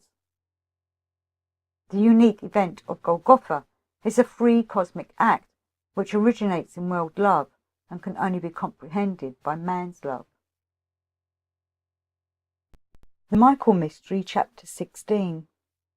what is seen on looking back into man's repeated earth lives. When it is possible to look back with the suitable spiritual organs of knowledge into a man's previous earth lives, observation shows a number of such earth lives in which the man was already a person. His exterior resembled that of the present day, and he had an inner life that bore an individual stamp. Earth lives appear, which show signs of the existence of the intellectual or mind soul, but not yet of the spiritual soul. Others again, in which only the sentient soul is as yet developed, and so on.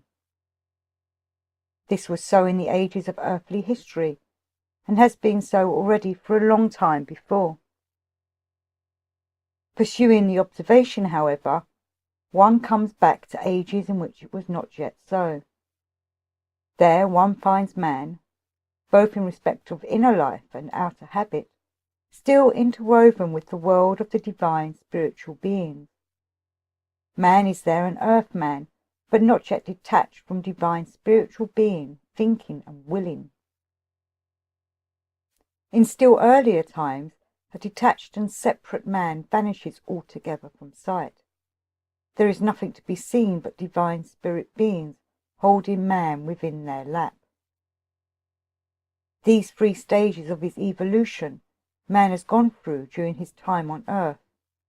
The transition from the first to the second lies in the late Lemurian age, from the second to the third in the Atlantean age.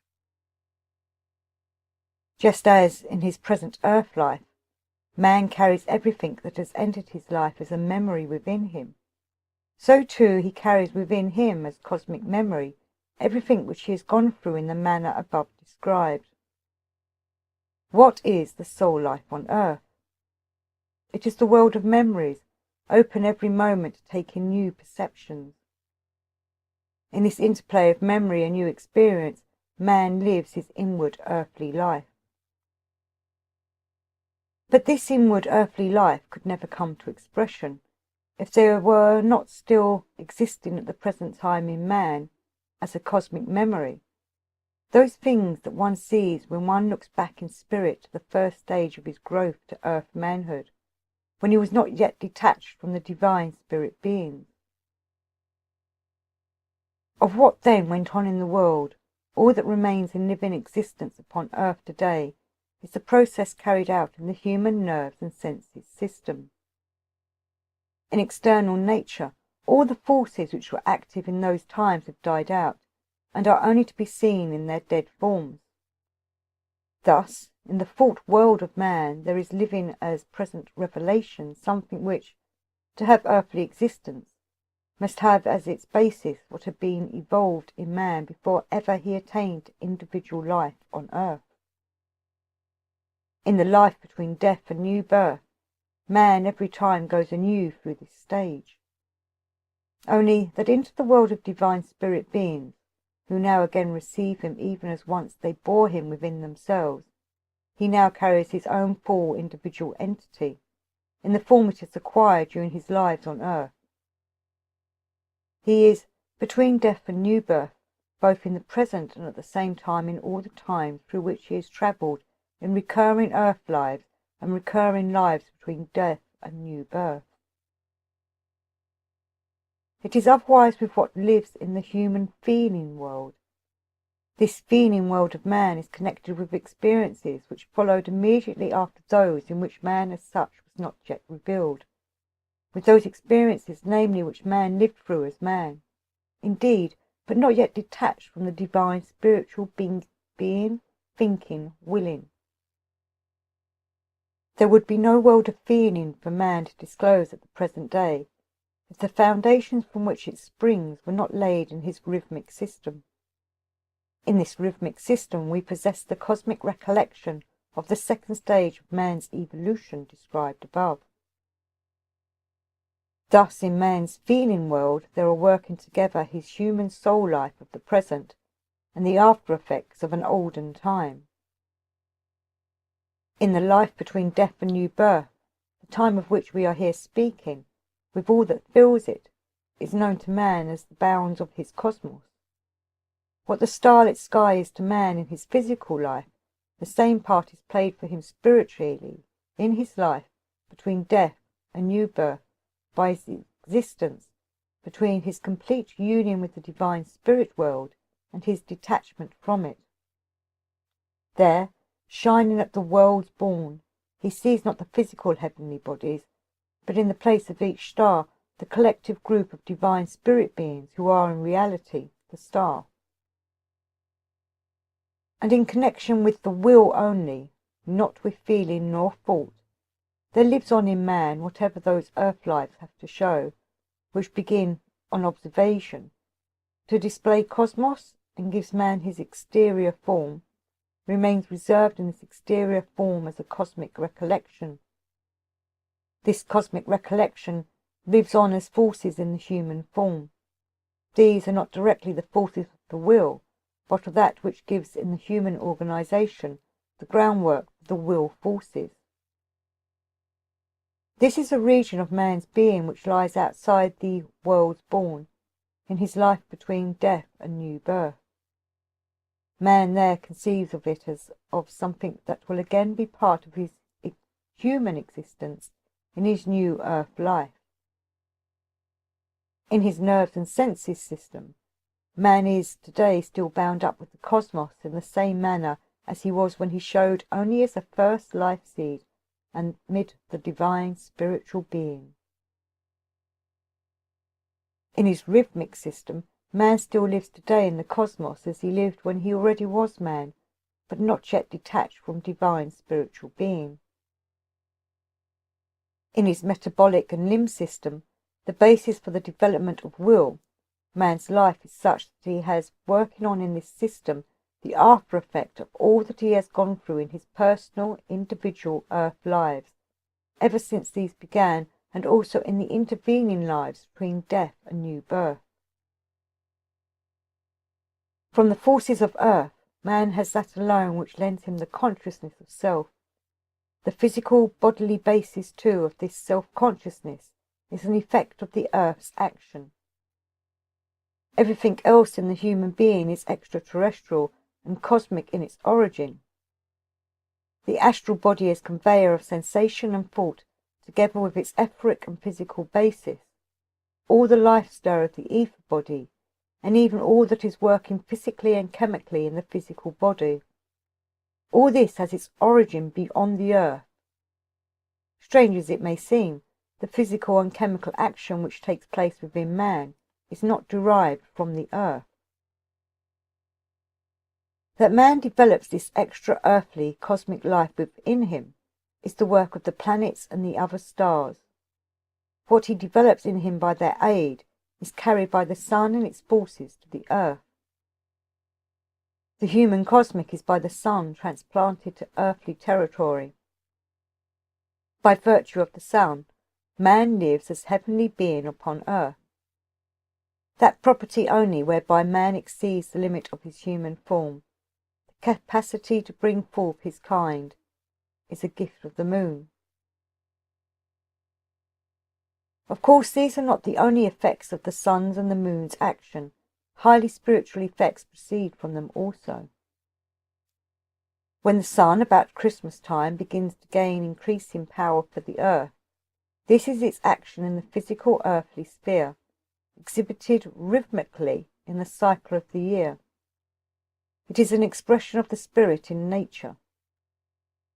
The evolution of mankind is one unique part in a, so to speak, gigantic world year.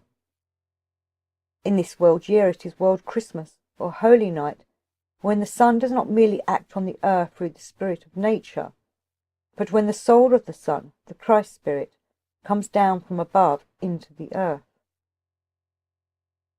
As in each single man, that which he realizes individually in his own life is connected with a cosmic memory, so will the yearly Christmas be felt in its truth by the human soul, if the cosmic and heavenly Christ event is thought of as working on continually, conceived not merely as a human, but as a cosmic recollection.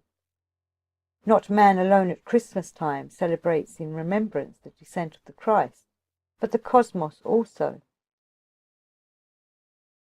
Leading thoughts. On looking back into a man's repeated earth lives, they may be distinguished into three different stages. First, a very early one, in which man is not yet existent as an individual form of being, but as a life seed amid divine spiritual being. Looking back into this stage, one finds not as yet a man, but only divine spirit beings, the principalities or primeval powers, the archai.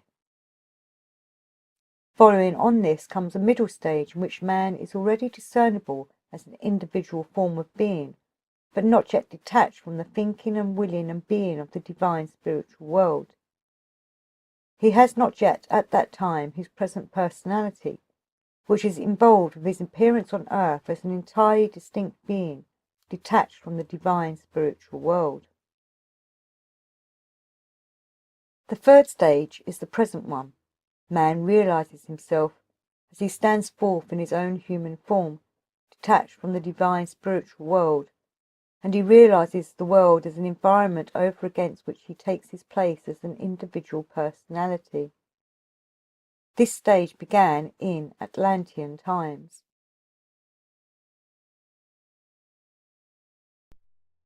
The Michael Mystery, Chapter 17. What is seen on looking back into man's previous lives between death and the new birth. 1. In the last contemplation we followed the course of human life as a whole by directing the soul's observation to the series of successive earth lives. The other point of view, putting what the first reveals into a still clearer light, will be to study the successive lives between death and the new birth. Here again it will be observed that the content of these lives, as it is in the present age, only goes back to a certain point of time in the earth's evolution. The content of life between death and new birth in the present age is conditioned, as we know, by the fact that man carries that inward power of self-consciousness, which he has acquired in earth life, on with him through the gates of death. Man thereby holds his ground as an individuality, even amongst those divine spiritual beings into whose midst he comes. It was not so in a period that preceded this one. There, man was not yet far advanced in the development of his self-consciousness. The power then acquired upon earth was not yet sufficient to carry his detachment from the divine spiritual world to the extent of an individual existence between death and new birth. Although man was no longer within the divine spiritual beings themselves, he was still so much within their sphere of action that his willing was essentially their willing, not his. Before this period is another, in which, on looking back, we do not meet with man at all, such as he is in his present constitution of spirit and soul, but with the world of divine spirit beings within whom is man, still in an embryonic state. These beings are the primeval powers, the archai. Moreover, when we trace back the life of one man, we meet not with one divine spirit being, but with all the beings belonging to that hierarchy. In these divine spirit beings lives the world that man should be, and in the coming into being of every single man, the will of them all has a part. Through the conjoined labours of the whole choir of these beings runs a world aim and object, the nascence of the human form. For man lives unformed as yet in the spirit world.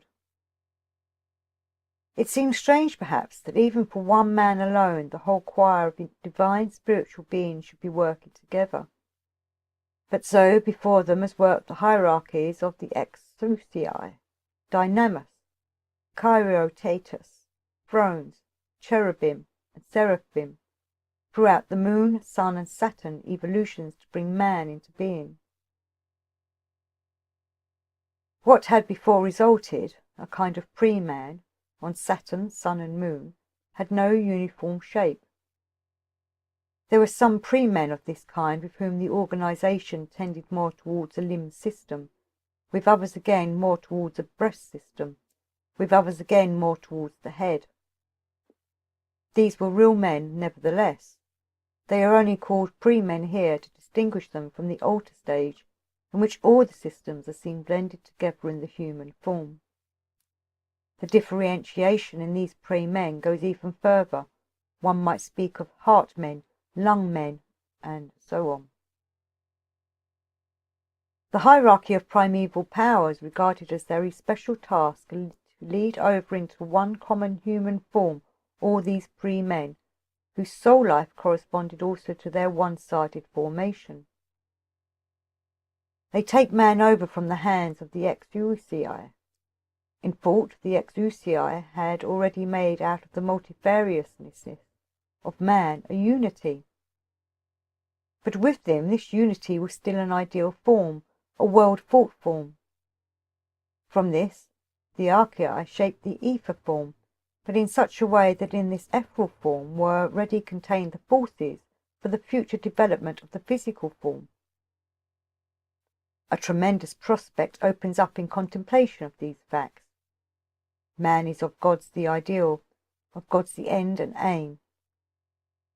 But the contemplation of this can be for man no source of arrogance or pride, for man can only count his own, as coming from himself, what he has made of himself self-consciously during his earth lives, and this, expressed in cosmic proportions, is but little, compared with that substructure upon which his personal being rests, which the gods have created, out of the macrocosm that they are, to be the microcosm that he is. The divine spirit beings hold the balance one with another in the cosmos. The visible expression of their mutual balance is the form of the starry heavens. What they are there, altogether, they will to create as a single unity. Rightly to understand what it was that the hierarchy of archaea accomplished when in choir they created the human form, it must be remembered that a very great difference exists between this form and man's physical body. Physical body is all that goes on by way of physical and chemical processes in the human being. With the man of the present age, all this goes on within the lines of the human form. But this human form itself is through and through a thing of spirit, strange indeed and solemn, with physical senses and the physical world to behold a spirit thing in man's form. To anyone who possesses spiritual sight, this human form appears in fact as a real imagination come down into the physical world. To see imaginations, one must go out of the physical into the neighbouring spiritual world, and then one sees how similar the human form is to those imaginations. The emergence of this human form marks the first period in the retrospect, when the human soul looks back over its lives between death and new birth. At the same time is revealed the depth of the relation which exists between man and the hierarchy of the archaea. Even at this period one can already speak of at least the intimation of a difference between earth life and life between death and new birth. The hierarchy of archaea work rhythmically in alternating epochs at the making of man's form. In doing so, they at one time direct the thoughts by which the will of each of them is directed, more towards the cosmos outside of the earth.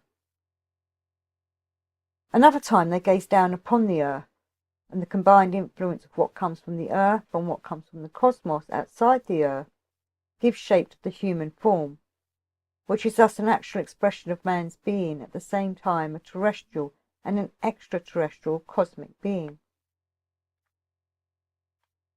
The human form here described, as created by the hierarchy of the archaea, includes, however, not merely the exterior contours of the figure and the surface modelling as marked by the boundary of the skin, but also all the lines of force involved in the man's carriage, in the adjustment of his powers of movement to the conditions of earth, and in his ability to make his body an organ of expression for the life within. That man can assume an upright posture under earthly conditions of gravitation, that he can preserve his balance amidst them, whilst moving freely, that he can release his arms and hands from the weight of gravitation and use them in freedom, All this and much else which lies inside, but yet is form, man owes to the creation of the archaea hierarchy. It was all prepared by them beforehand in the life which, even for this early period, may be called life between death and new birth. All was there being prepared in such a way that in the third period, namely our present age, man himself has the ability, during this life between death and new birth, to take part in working out this form for his coming life on earth. Leading thoughts. The life between death and new birth also show 3 periods. In the first period, man lives entirely within the hierarchy of the archaea. By them, the preparations are laid for his future human form in the physical world. The archaea thereby prepare the human being at the same time for the development, later on, of free self-consciousness. For free self-consciousness can only grow up in beings whose form, thus created, gives them the means to bring this self-consciousness from an inward impulse of the soul to outward expression. Thus it is seen how the first seeds of those properties and powers in man which come to light in our present age were predisposed long ago in past ages of the world, and how the microcosm grows out of the macrocosm. The Michael Mystery, Chapter 18. What is seen on looking back into man's previous lives between death and the new birth. 2.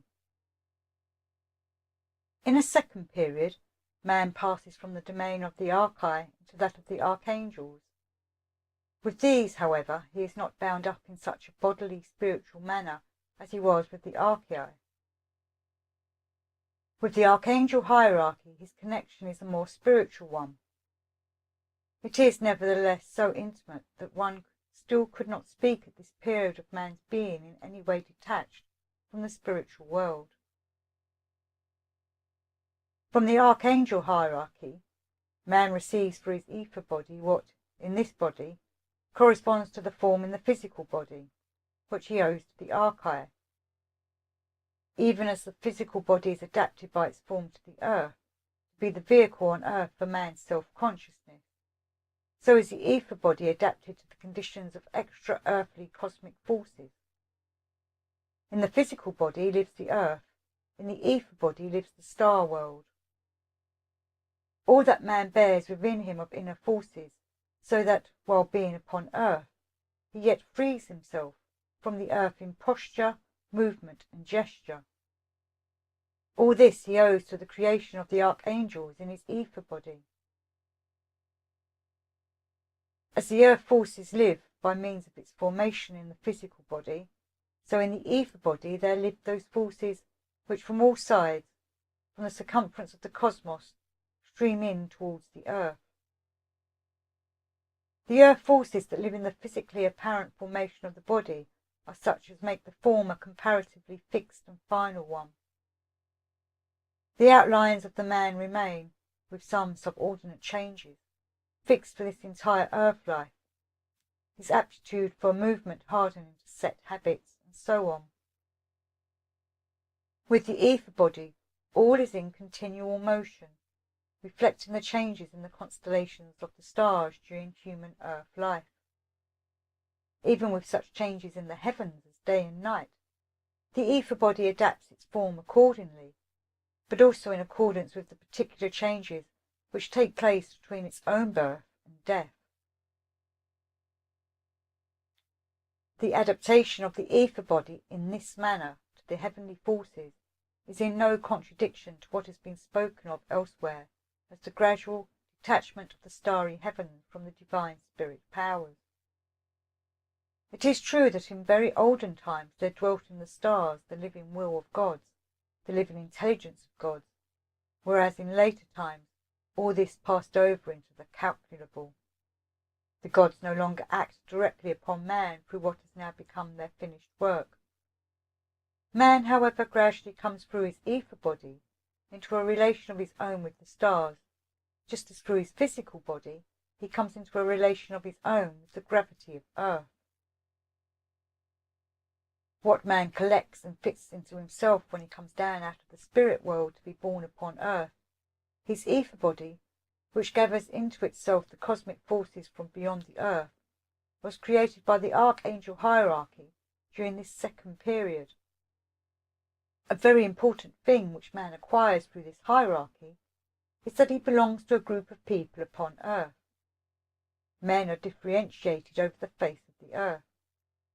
When one looks back into this second period, one does not find the differentiation of today into races and nations, but a somewhat other and more spiritual one, arising from the fact that upon various parts of the earth the star influences fall in various constellations. In the relative distribution of land and water, in climate, in vegetation, etc., the starry heavens are living and acting upon earth. Insofar as man has to adopt himself to these relations, which are heavenly relations upon earth, the necessary adaptations belong to his ether body, and the formation thus given to it is the creation of the choir of Archangel Lo. This, however, is the very time, during the second period, when the Luciferic and Aramanic powers come into man's life, and in a special way. It is necessary for them to come into it, although at first sight it appears as though man would thereby be driven down below the level of his manhood. For man to develop the consciousness of self in earth life, he must become much more thoroughly detached from the divine spiritual world which gave him his origin, than can be done by that world of itself. It takes place during the time when the archangels are at work upon him, because his link with the spiritual world is no longer such a strong one as it was during the time when the archai were at work. Lucifer and Ahriman are more of a match for the purely spiritual forces which proceed from the archangels than for the sturdier forces of the archai. The Luciferic powers give the ether form, in all its tendencies, a much stronger inclination towards the star world than it would have if only those divine spirit powers were at work, who were connected with man from his origin. And by the Ahrimanic powers, the form and configuration of the physical body becomes more deeply entangled with the weight of earth than would be the case if these powers were unable to exert an influence. Hereby the seed is laid in man of future full self-consciousness and free will. For though the Ahrimanic powers detest free will, yet their effect upon man, by tearing him away from this proper world of divine spirit, is to implant the first seed of free will in him. The immediate result, however, is that in this second period, all that has been accomplished in man by the various hierarchies, from the seraphim to the archangel life, is pressed more deeply into the physical and ether bodies than could have been done without the influence of the Luciferic and Ahrimanic powers. But for their influence, the action of the hierarchies would remain more in the astral body and the eye. Thus the grouping of mankind which arises on earth is not that more spiritual one for which the archangels are striving. Impressed into the physical body, the spiritual forces are turned into their opposite. Instead of the more spiritual one comes the differentiation into races and nations. Were it not for the Luciferic and Ahrimanic influences, men would see themselves and one another upon earth differentiated from the heavens above.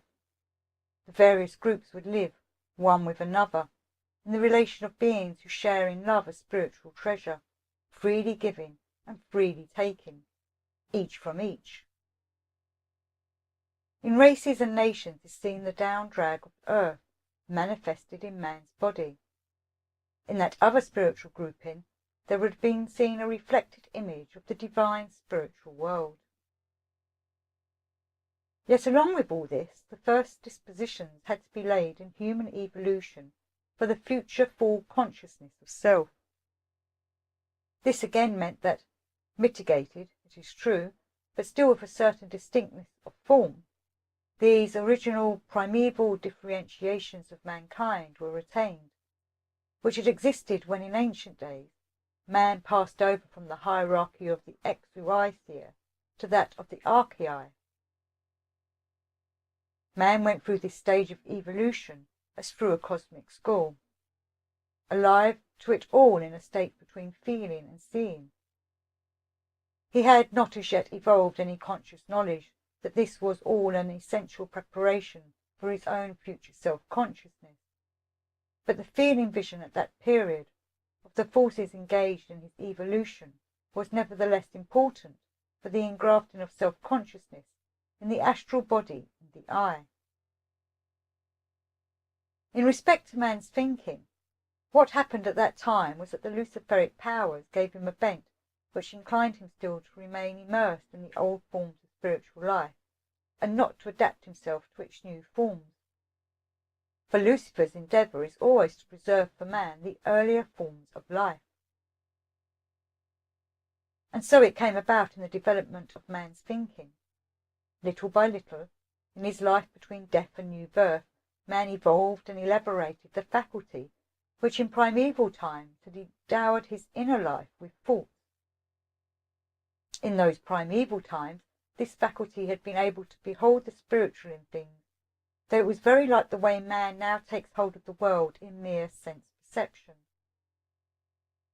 For in those days the physical wore the spiritual on its surface. Today, however, this thinking faculty conserved from the earlier age can only act like sense perception. The faculty to rise in the act of thought to the spirit gradually declined and died away. And this became fully manifest when the age of the spiritual soul, the spiritual world, became veiled for man in complete obscurity. So then it came about that in the 19th century the best of the natural scientists, who could not become mere materialists, said to themselves, "Nothing remains for us but to explore that world alone which admits of being explored by the senses and in terms of measure, number and weight. We have, however, no right to deny the existence of a spiritual world behind this sensible one." They were thus indicating that there may be a world of light unknown to man, where he is staring into darkness only. As man's thought was put out of time and place by Lucifer, so by Ahriman his will. This latter became endowed with a tendency to a kind of freedom to which it should only have attained later. Freedom of this sort is no real freedom, but only the illusion of it. Mankind lived for a long while in this illusion of freedom. It gave men no possibility of evolving the true spiritual idea of freedom in their minds.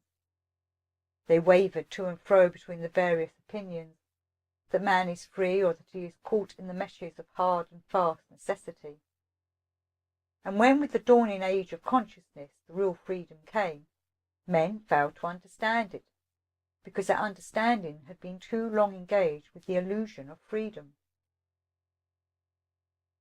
Everything which had implanted itself in man's inner being during the evolution of his lives between death and new birth in this second stage was carried on by him as a cosmic memory into the third stage, in which he is still living in this present time. In this stage he holds a relation to the hierarchy of angel Ole, similar to that which he held in the second to the archangeli. Only the relation to the angeli is one which enables him to attain to complete self-dependent individuality. For the angeli, not now the whole choir, but one angelos for one man, confine themselves to effecting a right connection between his lives between death and new birth and his earth lives. A fact here worthy of notice is that in the second stage of man's evolution during the lives between death and new birth, the whole hierarchy of archangeli are at work for each single man. Later on, the guidance of the various nations and tribes devolves upon this hierarchy, and here for one nation there is one archangel, the spirit of the nation. In the races of men, the primeval powers, the archaea, remain active. Here again, one race, there is one being at work out of the hierarchy of the archaea, a spirit of that race. Thus the man of the present age retains within him, during the life also between death and new birth, a cosmic memory of what he has learnt from this life in its previous stages. And even where, in the physical world, spiritual guidance manifests itself in such a form as in races and nationalities, there too this cosmic memory is plainly present. Leading thoughts. In a second period of evolution, in the lives between death and new birth, man passes into the domain of the archangeli. During his period, the seed of later self-consciousness is planted in the human soul, the predisposition for it having already been created in the first period in the shape of the human form. Man, during the second period, is driven by the Luciferic and Ahrimanic influences deeper into the physical world than would have happened without their influence. In the third period, man comes into the domain of the angeloi, whose influence, however, is only exerted in the astral body and the eye. This period is the present. What took place in the first two periods lives on in human evolution, and explains the fact that in the age of the spiritual soul, during the 19th century, man is left staring into the spiritual world as into total darkness. The Michael Mystery, Chapter 19. What is the earth in reality to the macrocosm? The successive stages in the growth of the cosmos and mankind have been regarded in these studies from the most various aspects. It has been seen that the forces of his being come to man from the extraterrestrial cosmos, all except those which give him his consciousness of self. These he has from the earth. This gives at once the significance of the earth world for man. To this now comes the question, what significance has the earth world for the macrocosm? To arrive at any answer to this question, we must look back at the previous observations. The macrocosm is seen by the clairvoyant consciousness of the seer in every great fullness of life. The further back his vision penetrates into the past. Its life in a remote past is such that at a certain point all calculability of its life manifestations ceases. From this fullness of life man is gradually separated out. The macrocosm passes over more and more into the sphere of the calculable. There, however, it slowly dies out, in the same measure as man. The microcosm emerges as an independent being out of the macrocosm. The macrocosm died.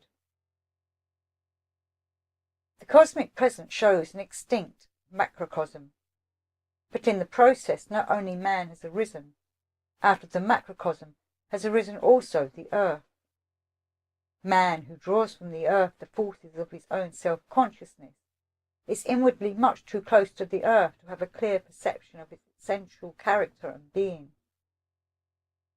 In all their active development of self-consciousness during the age of the spiritual soul, men have accustomed themselves to turn their attention to the size of the universe in space, and to look upon the earth as a grain of dust, of no significance in comparison with the physical spatial universe.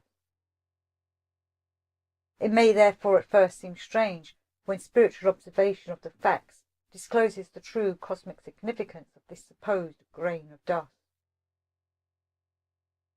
The substructure of the earth is the mineral world, in which the other kingdoms of nature, the vegetable and animal worlds, are, as it were, embedded. Through the whole run those living forces which manifest themselves during the course of the year in its successive phenomena. If we look at the vegetable world, in autumn and winter it manifests forces of physical decay and death. The consciousness of the seer recognizes in this form of manifestation the inner being of those forces which have brought about the decay of the macrocosm. In spring and summer, the life of the plant world is a manifestation of growing, sprouting forces. Clairvoyant consciousness recognizes in this growing, sprouting life not only the green bounty of the revolving year, but a surplus. The surplus is one of young seed force. The Plants bear within them more young seed force than they can use for the growth of leaves and flowers and fruit. This excess of young seed force can be perceived with spiritual sight, streaming forth beyond the earth world into the macrocosm outside it. So to an excess of force streams from the mineral kingdom into the cosmos beyond the earth. It is the task of this excess of mineral force to carry the forces from the plants to their allotted places in the macrocosm. Under the influence of the mineral forces, the plant forces shape themselves into the new image of an ordered macrocosm. Again, there are forces which go forth from the animal world. These forces do not, however, act like the mineral and vegetable ones, radiating outward from the earth, but in such a way that all that is carried out from the plant world by the mineral forces into the universe to take shape there is held together in a sphere, a globe, so as to present the aspect of a macrocosm, rounded in on all sides and self-contained. Such is the true character and being of earth, as seen to spiritually perceptive consciousness. It stands as a source of new life in the midst of the dead and dying macrocosm. As out of the little plant seed, in space so small and insignificant, the large and perfect plant grows up again when the old one is dead and fallen, so out of that grain of dust, the earth, a new macrocosm will grow up, while the old one dies and falls to pieces. A true view of the earth in its real character and being sees everywhere in it the springing life, seed of a forthcoming world. Thereby alone can one arrive at an understanding of the natural world and its kingdoms, by learning to recognize in them all this seedling life. Man's earthly existence is carried on in the midst of this new upspringing life. He has his part in the upspringing of the new, as well as in the life that is extinct and dead. From the dead he has his thinking forces. So long as in the past these thinking forces came from the still living macrocosm, they gave no basis for self-conscious man. They lived as forces of growth in man who had as yet no consciousness of self. The forces of thought must have no inherent life of their own if they are to afford a basis for man's free self-consciousness. They, with the dead and dying macrocosm, must remain dead shadows of what was living in an earlier cosmic age. On the other hand, man has his part in the earth's new upspringing life. From this he has his will forces. These are very life, but just because of this, man cannot partake in their real being with his self-consciousness. They send forth their beams in the interior of the human being, radiating into the thought shadows. With them mingles the stream of shadows, and in this mingled stream, where free human thought unfolds amid the new upspringing life of earth, during the age of the spiritual soul, there grows to full free life in man, consciousness of his human self. The past casting shadows, the future holding seeds of new reality, meet in the being of man, and their meeting is the human life of the present. That this is the case becomes clear at once to the consciousness of the seer when turning to that region of the spirit world which directly adjoins the physical, and which is also the scene of Michael's labours. The life of the whole earthly world grows plain when, underlying it all, one recognises the life seed of a new universe. Every plant in its variety, every stone appears in a new light to the human soul, which learns to perceive how every one of these forms of being, through its special life, through its special shape, contributes to make the entire earth the embryo seed of a new, reviving macrocosm.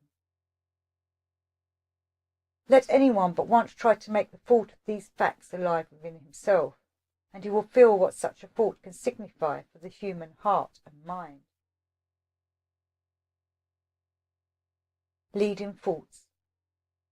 In the beginning of the age of the spiritual soul, men have accustomed themselves to direct their observation to the physical proportions of the universe in space, and to regard primarily its bigness in this respect.